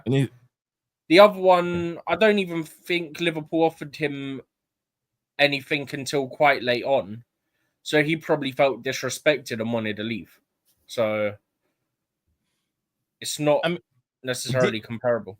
This way I stand on these two players, Liverpool and then Chelsea. Mason Mount, Chelsea, Liverpool, Trent. Trent, with me, I'll start from Liverpool first. Trent has done everything he can achieve with Liverpool. He won everything. He won the Champions League, Premier League, all those domestic trophies. He won it with Liverpool. He's done it all. I've seen it all. There's nothing else for him to continue the chapter with Liverpool. So it means that it's better for him to leave the football club and continue his footballing career somewhere else. Fortunately, Real Madrid came in for him. Who would say no to Real Madrid after winning everything with Liverpool?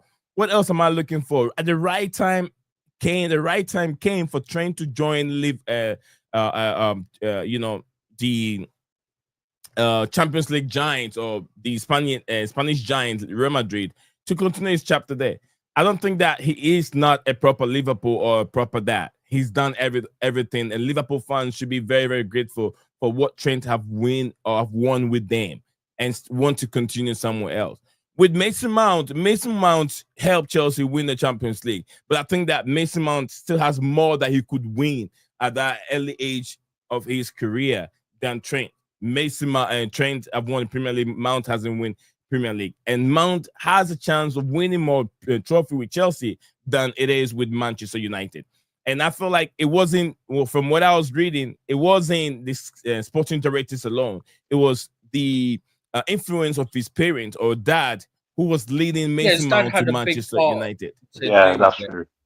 So I've said it before. Mason Mount, a big issue in this. Yeah, so if I were Mason Mount should be if you're a proper Chelsea, you should tell your dad, I want to play for Chelsea. I don't want Manchester United. You know where you belong, where you were being, you began your footballing career. They fed you, they milked you when you were a little boy, and you were even, how would I say, you were making on social media. You were telling people what this club means to you. So why all of a sudden your dad said going to Manchester United and you also follow your dad? No, you're old enough. You're professional contract. Can I ask you this question, Lee? Yes, so sir. Who do you think here is going to be more remembered as the club legend? Yeah.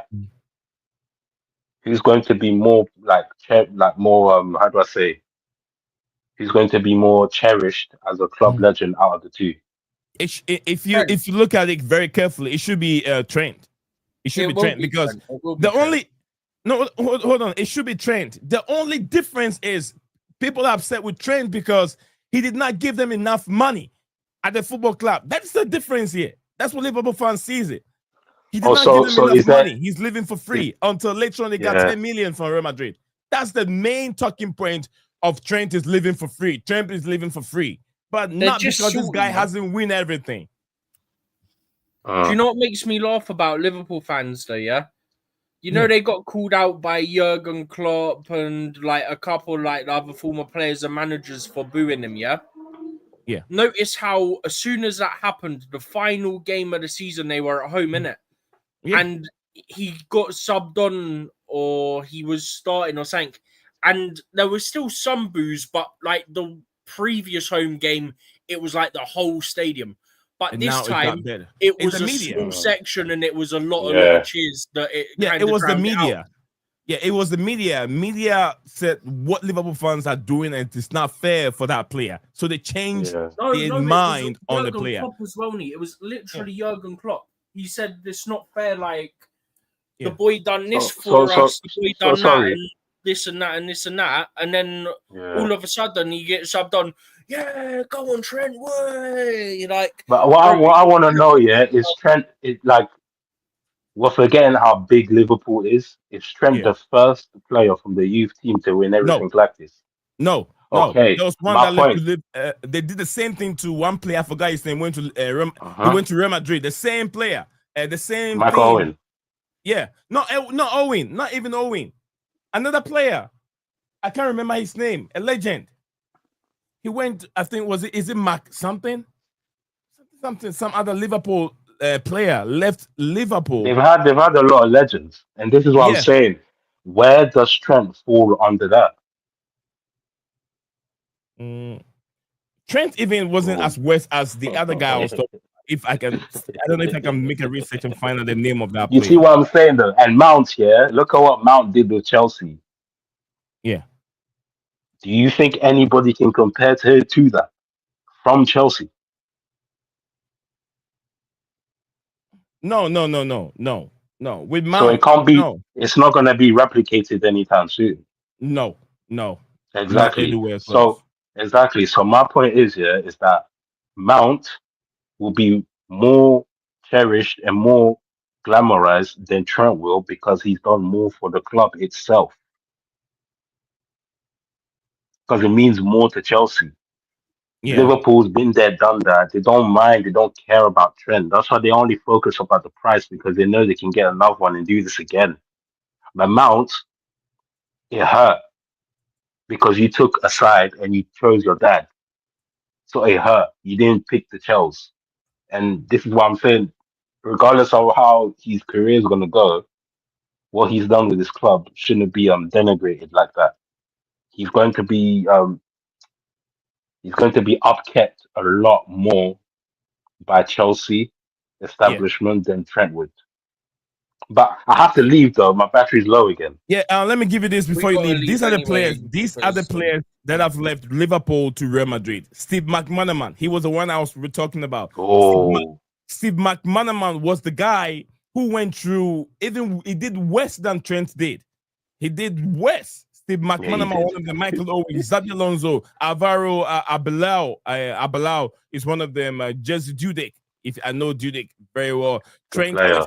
Arnold is the latest. So Liverpool has a replication of leaving the football club to Real Madrid. Well, Chelsea, we don't have that. We don't We have only that. have Rudiger. Yeah, Rudiger situation. You can And even- understand it was also money. You can Yeah, and understand. Rudiger didn't come for a new system. Marino Granovskaya. Steven, if you listen to the very carefully, if it was better, we'll let him go because the money he was commanding was too much money at his age. The money was too much. Bro, do you know what though? You say that, but that's also part of the reason why this ownership not only do long contracts, yeah, but they're trying to prevent players getting into the last 2 years of their deal. Because if a player gets to the last 2 years of their deal, say they have a breakout year, this happens in like NFL, NBA a lot, yeah. They get to the final year, yeah, or well, final, let's say 24 months. So they'd have 1 year left, yeah. And it's like a breakout year. They have a massive, massive year, yeah. Now the player can go, well, I want 400 grand a week, for example, right? Because they've just had a massive year, right? I'm using football money, but the example of breakout year with not much left being from NFL and that, yeah? DJs, yeah. Yeah.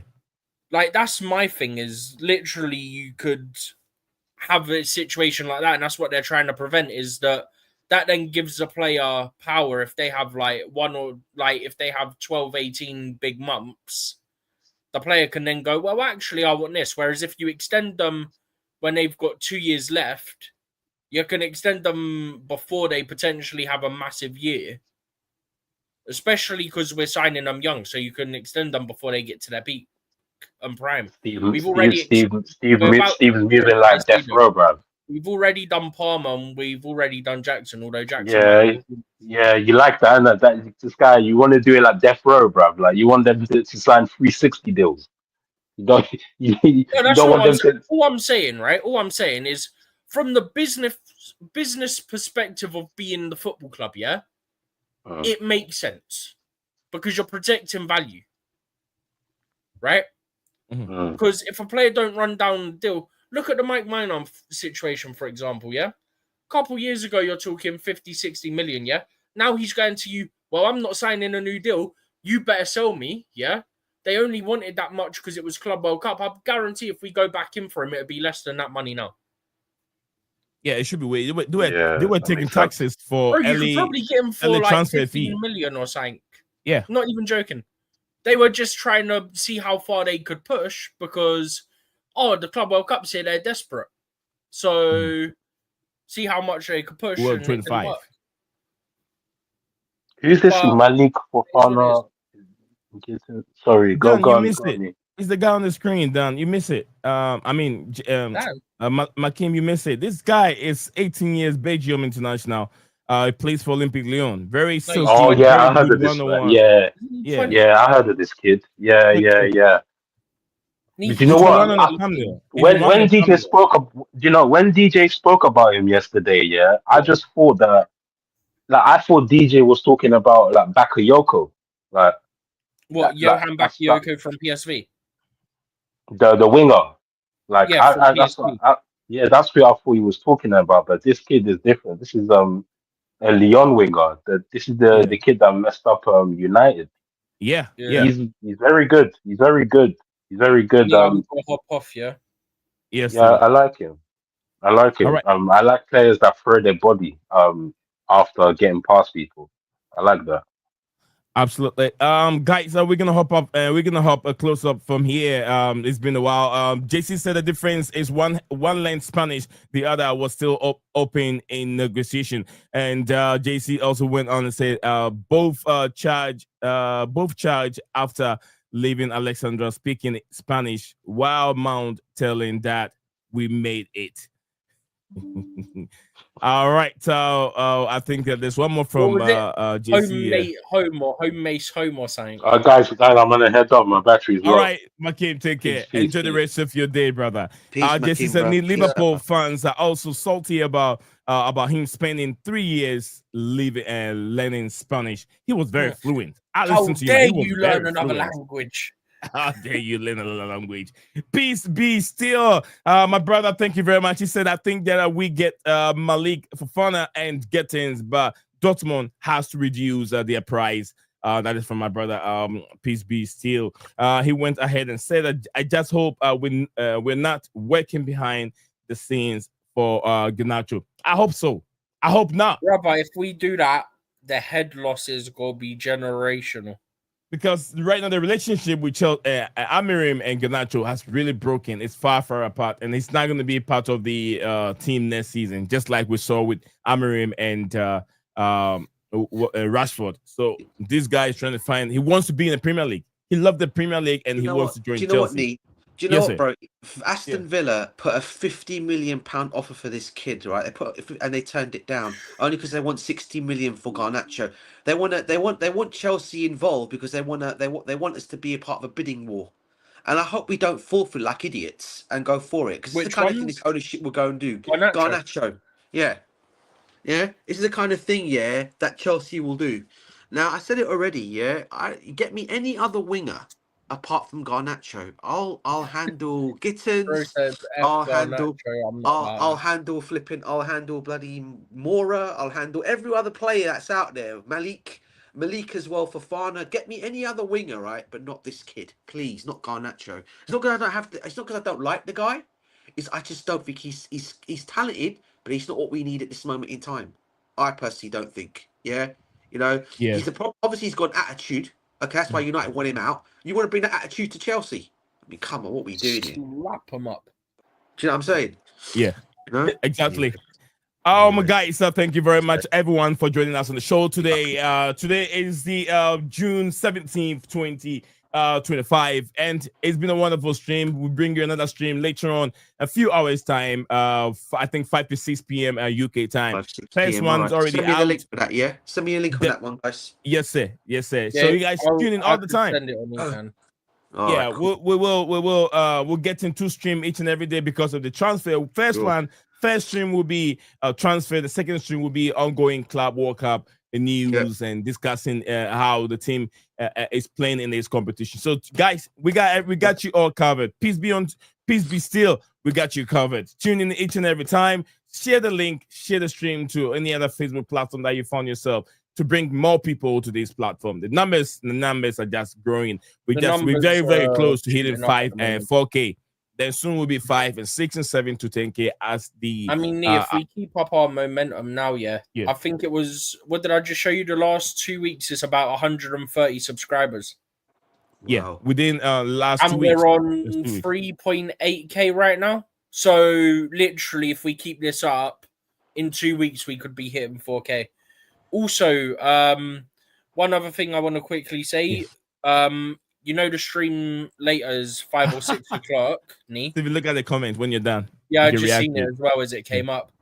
But you know how we're starting at 5 or 6 o'clock? At 5 o'clock UK is Fluminense versus Borussia Dortmund in the Club World Cup. Yeah, I'll watch it. Okay. That'd definitely be a good one. See how Gittens is going to play. If he's going to play. Yeah. He plays 3 at the back, so he's been playing him as like a 10. So I put a tweet up a few days ago, and the tweet is just rocking right now. It's got almost about 67 likes. I think it has to do with the Kudus customized boots. I just put out there, and everyone's getting in love with it. All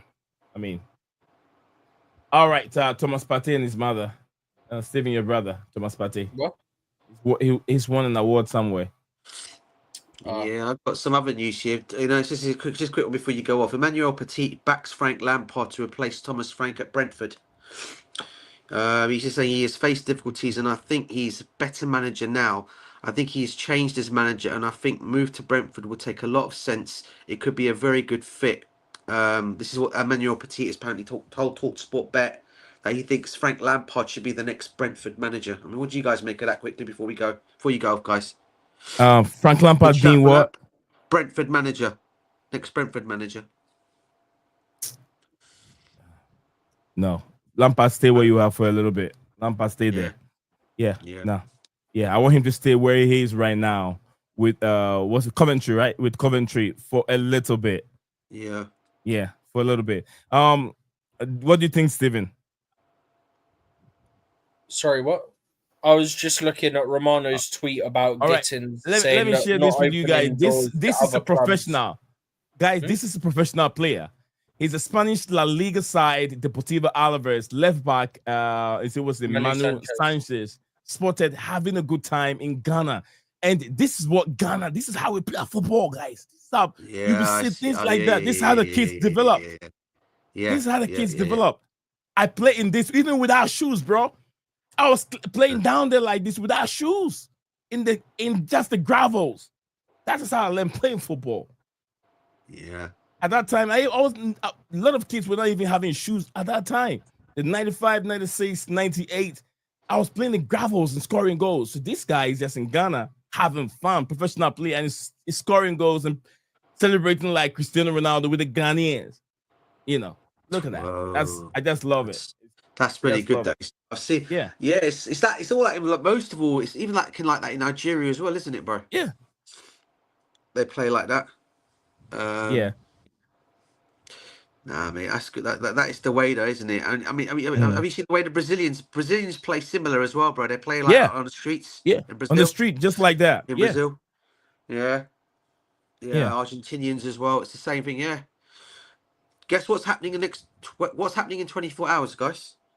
Tell us, DJ, before we go. Tell us. Come on, you guys know. Come on, Stephen will be on top of all this one. It's going to be the Premiership fixtures, man. Oh, yeah, it didn't cross my mind, DJ. It didn't cross my mind. Do something on that one, bros. You guys got to do something. That means Stephen. Stephen, you lost. Stephen's got to be on it, bro. What? Premiership fixtures coming out in 24 hours. These fixtures. I know that. I've told Need several times that. I don't know, man. Yeah. Nee, I literally said to you we could do a stream on just a Premier League fixtures. Oh Lord, you're gonna try and fit that stream time in. You let me know. Right now I got two. It's our early stream. We can make an early stream. Okay, yeah, we can put it in the. It should be early. We could put it in this time slot and then do the Club World Cup one still later in the day. Okay. So a quick one for you guys. So basically, how you guys are doing the streams now, right? From what my understanding is in the afternoons, it's just all about the transfers and No, the afternoons Club World Cup. Oh, so that's not going to be involved transfers at all, or is there any other news, or could that just? I mean, if something's breaking, Stephen, then I think DJ's right. Stephen, I think DJ's right. We just done the transfer one now. That's what I'm saying. This morning it's all the transfers. Yeah, it's all transfers. Then later in the evening. In the evening, 5 to 6 p.m. is more Club World Cup. DJ was as well as. Do you guys also do? Are we also going to be doing transfers as well still? Yeah. In the evening, if something broke up in the evening, we'll talk about it in the evening, and but like, okay, cool. This has just come out now, and this is what I was about to say, and then the buzzer went for a delivery, and then the guy didn't bring it up the stairs. Yeah, Peace still said Fabrizio is a tapping merchant. After we've been saying this all the time. When someone puts something athletic, he's been taking people's tweets or information, and sometimes doesn't give them the credit. He doesn't. Sometimes he doesn't. Sometimes he doesn't. He does. Yeah. This kid wants Chelsea, doesn't he? Boy, Jamie, this the clubs, man. Oi, good spelling, Fab. Hold on, lad. Several year deal.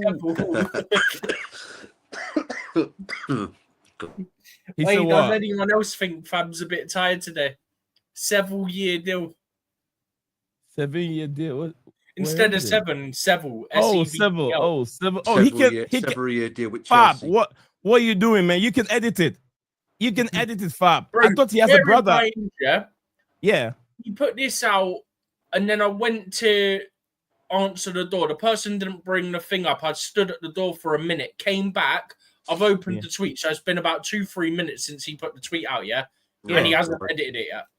Oh, no one has told him. He has an hour to fix it. He has an hour to fix it. So do you guys think this Malick Fofana is just a smokescreen and he's going to be the one we're going to end up with? Not a smoke screen, because there has been a verbal inquiry and it did come from Ornstein, who's the most reliable guy.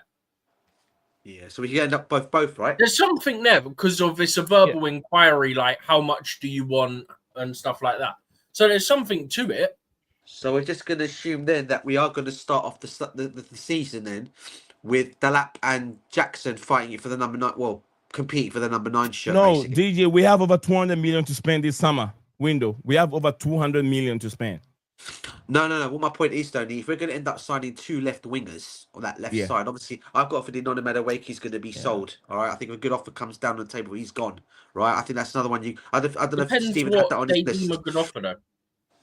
Well, I know Newcastle clearly are looking at him, and I know Eddie Howe says that he'll be coming back with a return offer for him.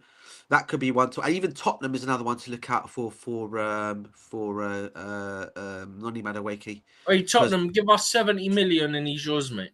You know what I think? I think Noni Madueke. Well. Look, I know we guys don't really believe in him. We said it's not good enough. Bobby said it's not that good enough. But what I think is, if Madueke he's a talent. He's a problem when he's got his days. He's when all his right. days are going well for him. He doesn't have his day consistently enough. It's every few months. I don't want him to be sold in the Premier League. He should go to El Milan or Juve or somewhere. That's the problem, isn't it? If we get 60 or 70 million, I'm running. I mean, the Premier League, yeah, but if anything 50, just send him out. He can be dangerous. He is dangerous. The problem we've got is there's not one club in Europe that are going to put that kind of money down on the table for him. That's the problem. Whereas in the Premiership, you got people that will do that, unfortunately, because obviously the money's more in the Prem. And it's Premier League proven. Also, yeah, that's the other thing. It's got to go for him as well. And look, I said it already. I know he ends up going to another club. He's going to ball out there because that's what happens to all the players we sell. They ball out elsewhere, and he probably will do that. I'm having that feeling. That's why I don't want him to be sold in the Premier League. Send him out. Not necessarily. He won't necessarily ball out, but he will love a goal against Chelsea. Oh, 100%, mate. Yeah, Imagine the interview he'll be doing.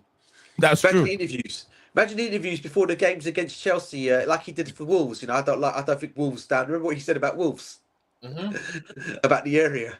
Imagine he said about Chelsea, he comes back as I know the area well. Yeah, but you can't say that about Chelsea because Chelsea's actually a nice area. No, bro. No. I'm not saying that. I'm not saying about the area, bro. I'm talking about the team. In this situation, the team, bro. And also, he posted it on Instagram, didn't he? So it's not like he done an interview. He just...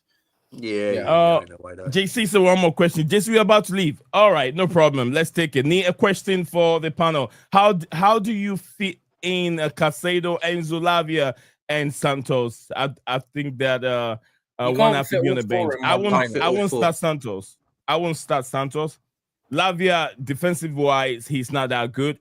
So if I'm depending on who I'm playing, if I'm playing the top, very, very, very top team who has so much good in the midfield, then I'm playing Santos there to help with defensively. Lavia, if we're playing teams that we are above their strength, most of the mid-table team, then Lavia will be in there. But in a difficult game, I'm keeping Santos over Lavia. You could do it won't happen, and I've said this to Uni as well already. A couple of weeks ago or a week ago.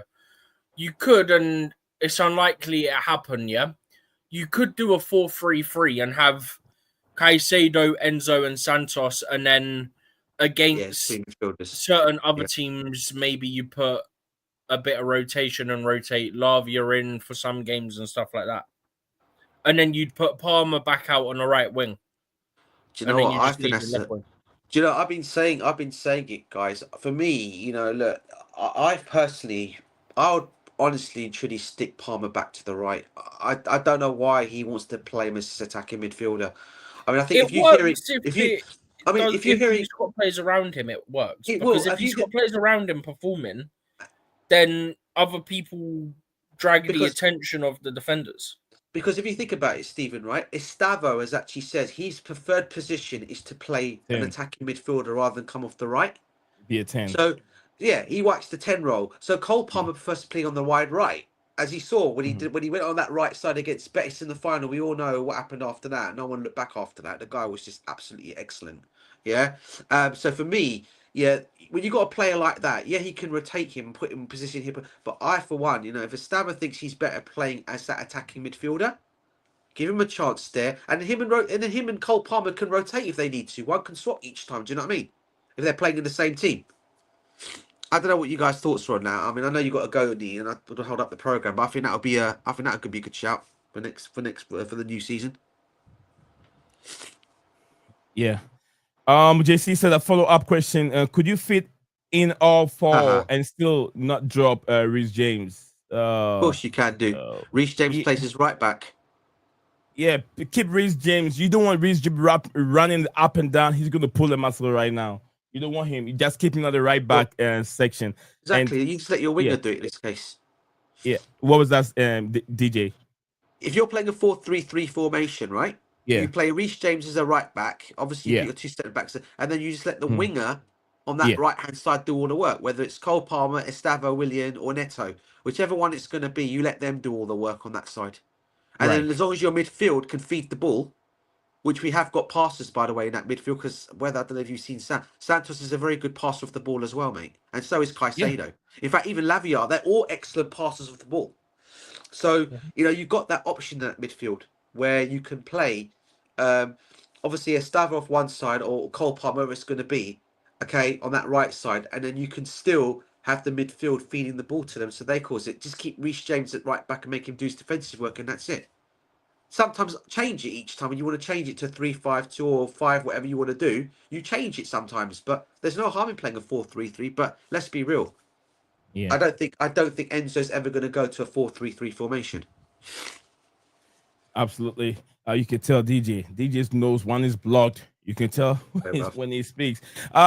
Peace be still. He said, "Where do you think Gyökeres will end up?" And to me, I'll tell you, the only place that Gyökeres can end up in the Premier League will be Arsenal. That's the only place he can. Yeah, they're going. I'm saying where he can land in the Premier League. He wants the Premier League. He can't go to come to Chelsea. Chelsea doesn't. It's not in for him. Chelsea will not change. I don't know if you can have Gyökeres right now, have Delap and have Jackson. These 2-3. It's possible, but I don't think they will. Literally that simple. What, you saw Jackson? I said Jackson can be sold or go to left wing. Left wing. But yeah, some people are trying to start crap already with Delap and Jackson, like Obi Mikel did with what's his name? No, don't get me started. Yeah, do you see? I think I sent it to you. Yeah, this mother trucker. Yeah, I've intentionally said trucker so we don't. I heard you. I know. No. Just did you see the quote from him last night? Yeah, we needed somebody to come in and score those goals and finish those chances, but obviously he, meaning Delap, wasn't the guy the fans wanted. Obviously, we know who the fans wanted. The fans wanted Victor Osimhen to the football club, but he didn't. Yeah, I heard that. Yeah. He's young. He's going to improve. He's going to get better. Hopefully, he hits the ground running. And, of course, he's going to quieten those doubters. I wish him well. I hope he succeeds in the club. No, Obi Mikel. The fans didn't want Victor Osimhen. You wanted Victor Osimhen, yeah? Let's have facts here, yeah? You were pushing him. 1 minute, the owners are so great. I love them. They go get Victor Osimhen and they don't get Osimhen. They're terrible. They're terrible. I'm not going to tell a lie. Every 5 weeks, this guy's going, Osimhen wants Chelsea. The owners don't want him. I don't like them anymore. They want him again. I like him. They don't want him. I don't like him. Like, brother, shut up. We've got a striker. 1 minute, literally, that was in a space of like 5 minutes. He's gone from, he's not who he wanted to, I hope he quietens the doubters. Yeah. By doubters, you mean yourself, shut your mouth, be quiet, and actually back the lad instead of going, get Victor Osimhen, yeah, my best mate. Basically, Stephen, man, you crap me up for this league. Brother, for me. Respectfully, or in the least respectful way. You know what? Put Steven in the It's up to you, yeah. Family Guy, story. The cartoon. Listen, Put him in there. It's up to you guys in which way you take this, right? You can either take it in the respectful way or least respectful way, yeah. And I don't care which way you take it because it's about Miguel, yeah. This guy needs to get slapped up and get some common sense in his head. But I did want Osimhen. I was probably one of maybe, I don't know how many fans out there wanted Osimhen at Chelsea. There probably were quite a few of us, right? But I also wanted Delap as well because I said he could learn off Delap. Delap could learn off him. Do you know what I'm saying? It could work either way. So you have Delap coming in there to learn off such a great striker. And then down the line, he could take over that role, whatever it might be. He's still an excellent player to learn from in Osimhen, right? So that's why I thought, but I always said it, the wages is what's going to cost Osimhen coming to Chelsea. And unfortunately, that's what it's turned out to be because the owners won't pay that. This is how I think it's going to end up, Gyökeres is going to go Manchester United. Sesko's going to go to Arsenal, okay? And Victor Osimhen is going to go to Liverpool. And unfortunately, poor Ikekite is going to be stuck in Germany for another season. How about that one? That's how I think it's going to work, pan out. Okay. Guys, we're gonna go now. What you see now is Jamie Gittens wants Chelsea, and that's been tweeted by Fabrizio Romano. He still wants Chelsea, so it looks like Chelsea might get these 2 deals done. What's his name? The Belgian international, which is what's his name? Fofana. Malick Fofana and Jamie Gittens, those 2 will come in. But if Fofana doesn't work, it might go to Strasbourg. I'm having that feeling he might go to Strasbourg. They will keep Gittens and keep Nicholas Jackson on that left-hand side. Only if they bring in another striker. Get me Mora from Porto. Get me Mora from Porto. They want stupid money. It's not worth that yet. Who's that? Makim is asking, is it the second stream? No. $7 million for Mora. Someone's phone is keep going on. Is it? It's not mine. Steven? Is it you? No, my phone's on silent. My phone's always on silent. Is that DJ? Sorry, bro. It was mine. So I just put it on silent, bro. Sorry. Oh, okay. No, it's all right. So Makim, no, this is the first stream. The second stream will be coming soon in a few hours time, maybe 6 p.m. UK time, which give us some time to finish up whatever we got going on. Guys, I'm putting in too much hard work. A lot of hard work. I barely sleep. Because try to find all the information, put it together, get a thumbnail done ready. It takes a lot of time.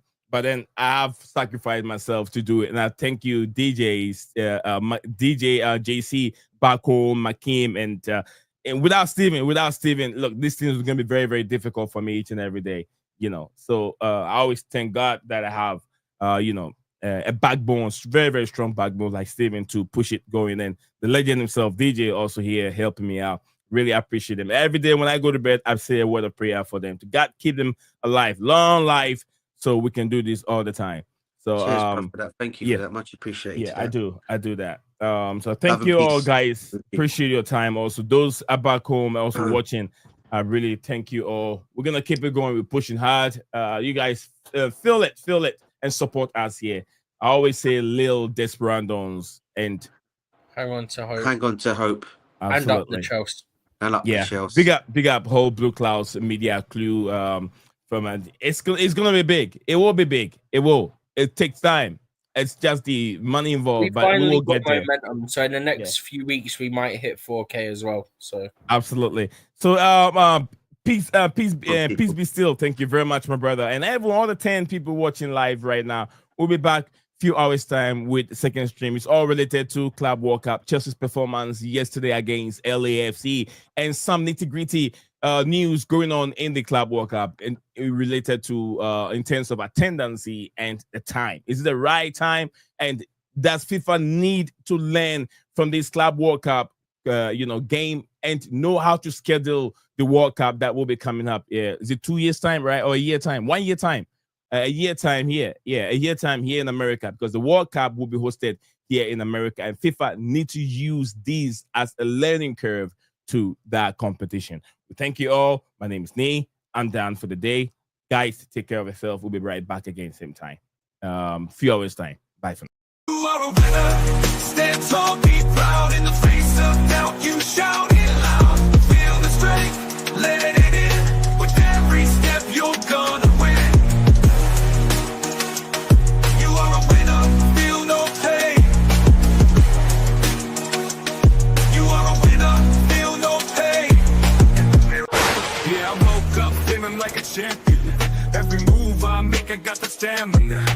Eyes on the prize, never lose sight. Grinding every day, pushing through the night. Got the fire in my soul, never back down. In the ring of life, I'm the one with the crown. Sweat and tears, yeah, I paid the cost. Every battle fought, I'm never lost. Hit the ball, feel well. Stand tall, be proud. In the face of doubt, you shout it loud. Feel the strength, let it in. With every step, you're gonna win. Every challenge met, every goal in sight. In the gym, on the grind, it's a warrior's fight. From the bottom to the top, yeah, I've been there. With the heart of a lion, I face the dead.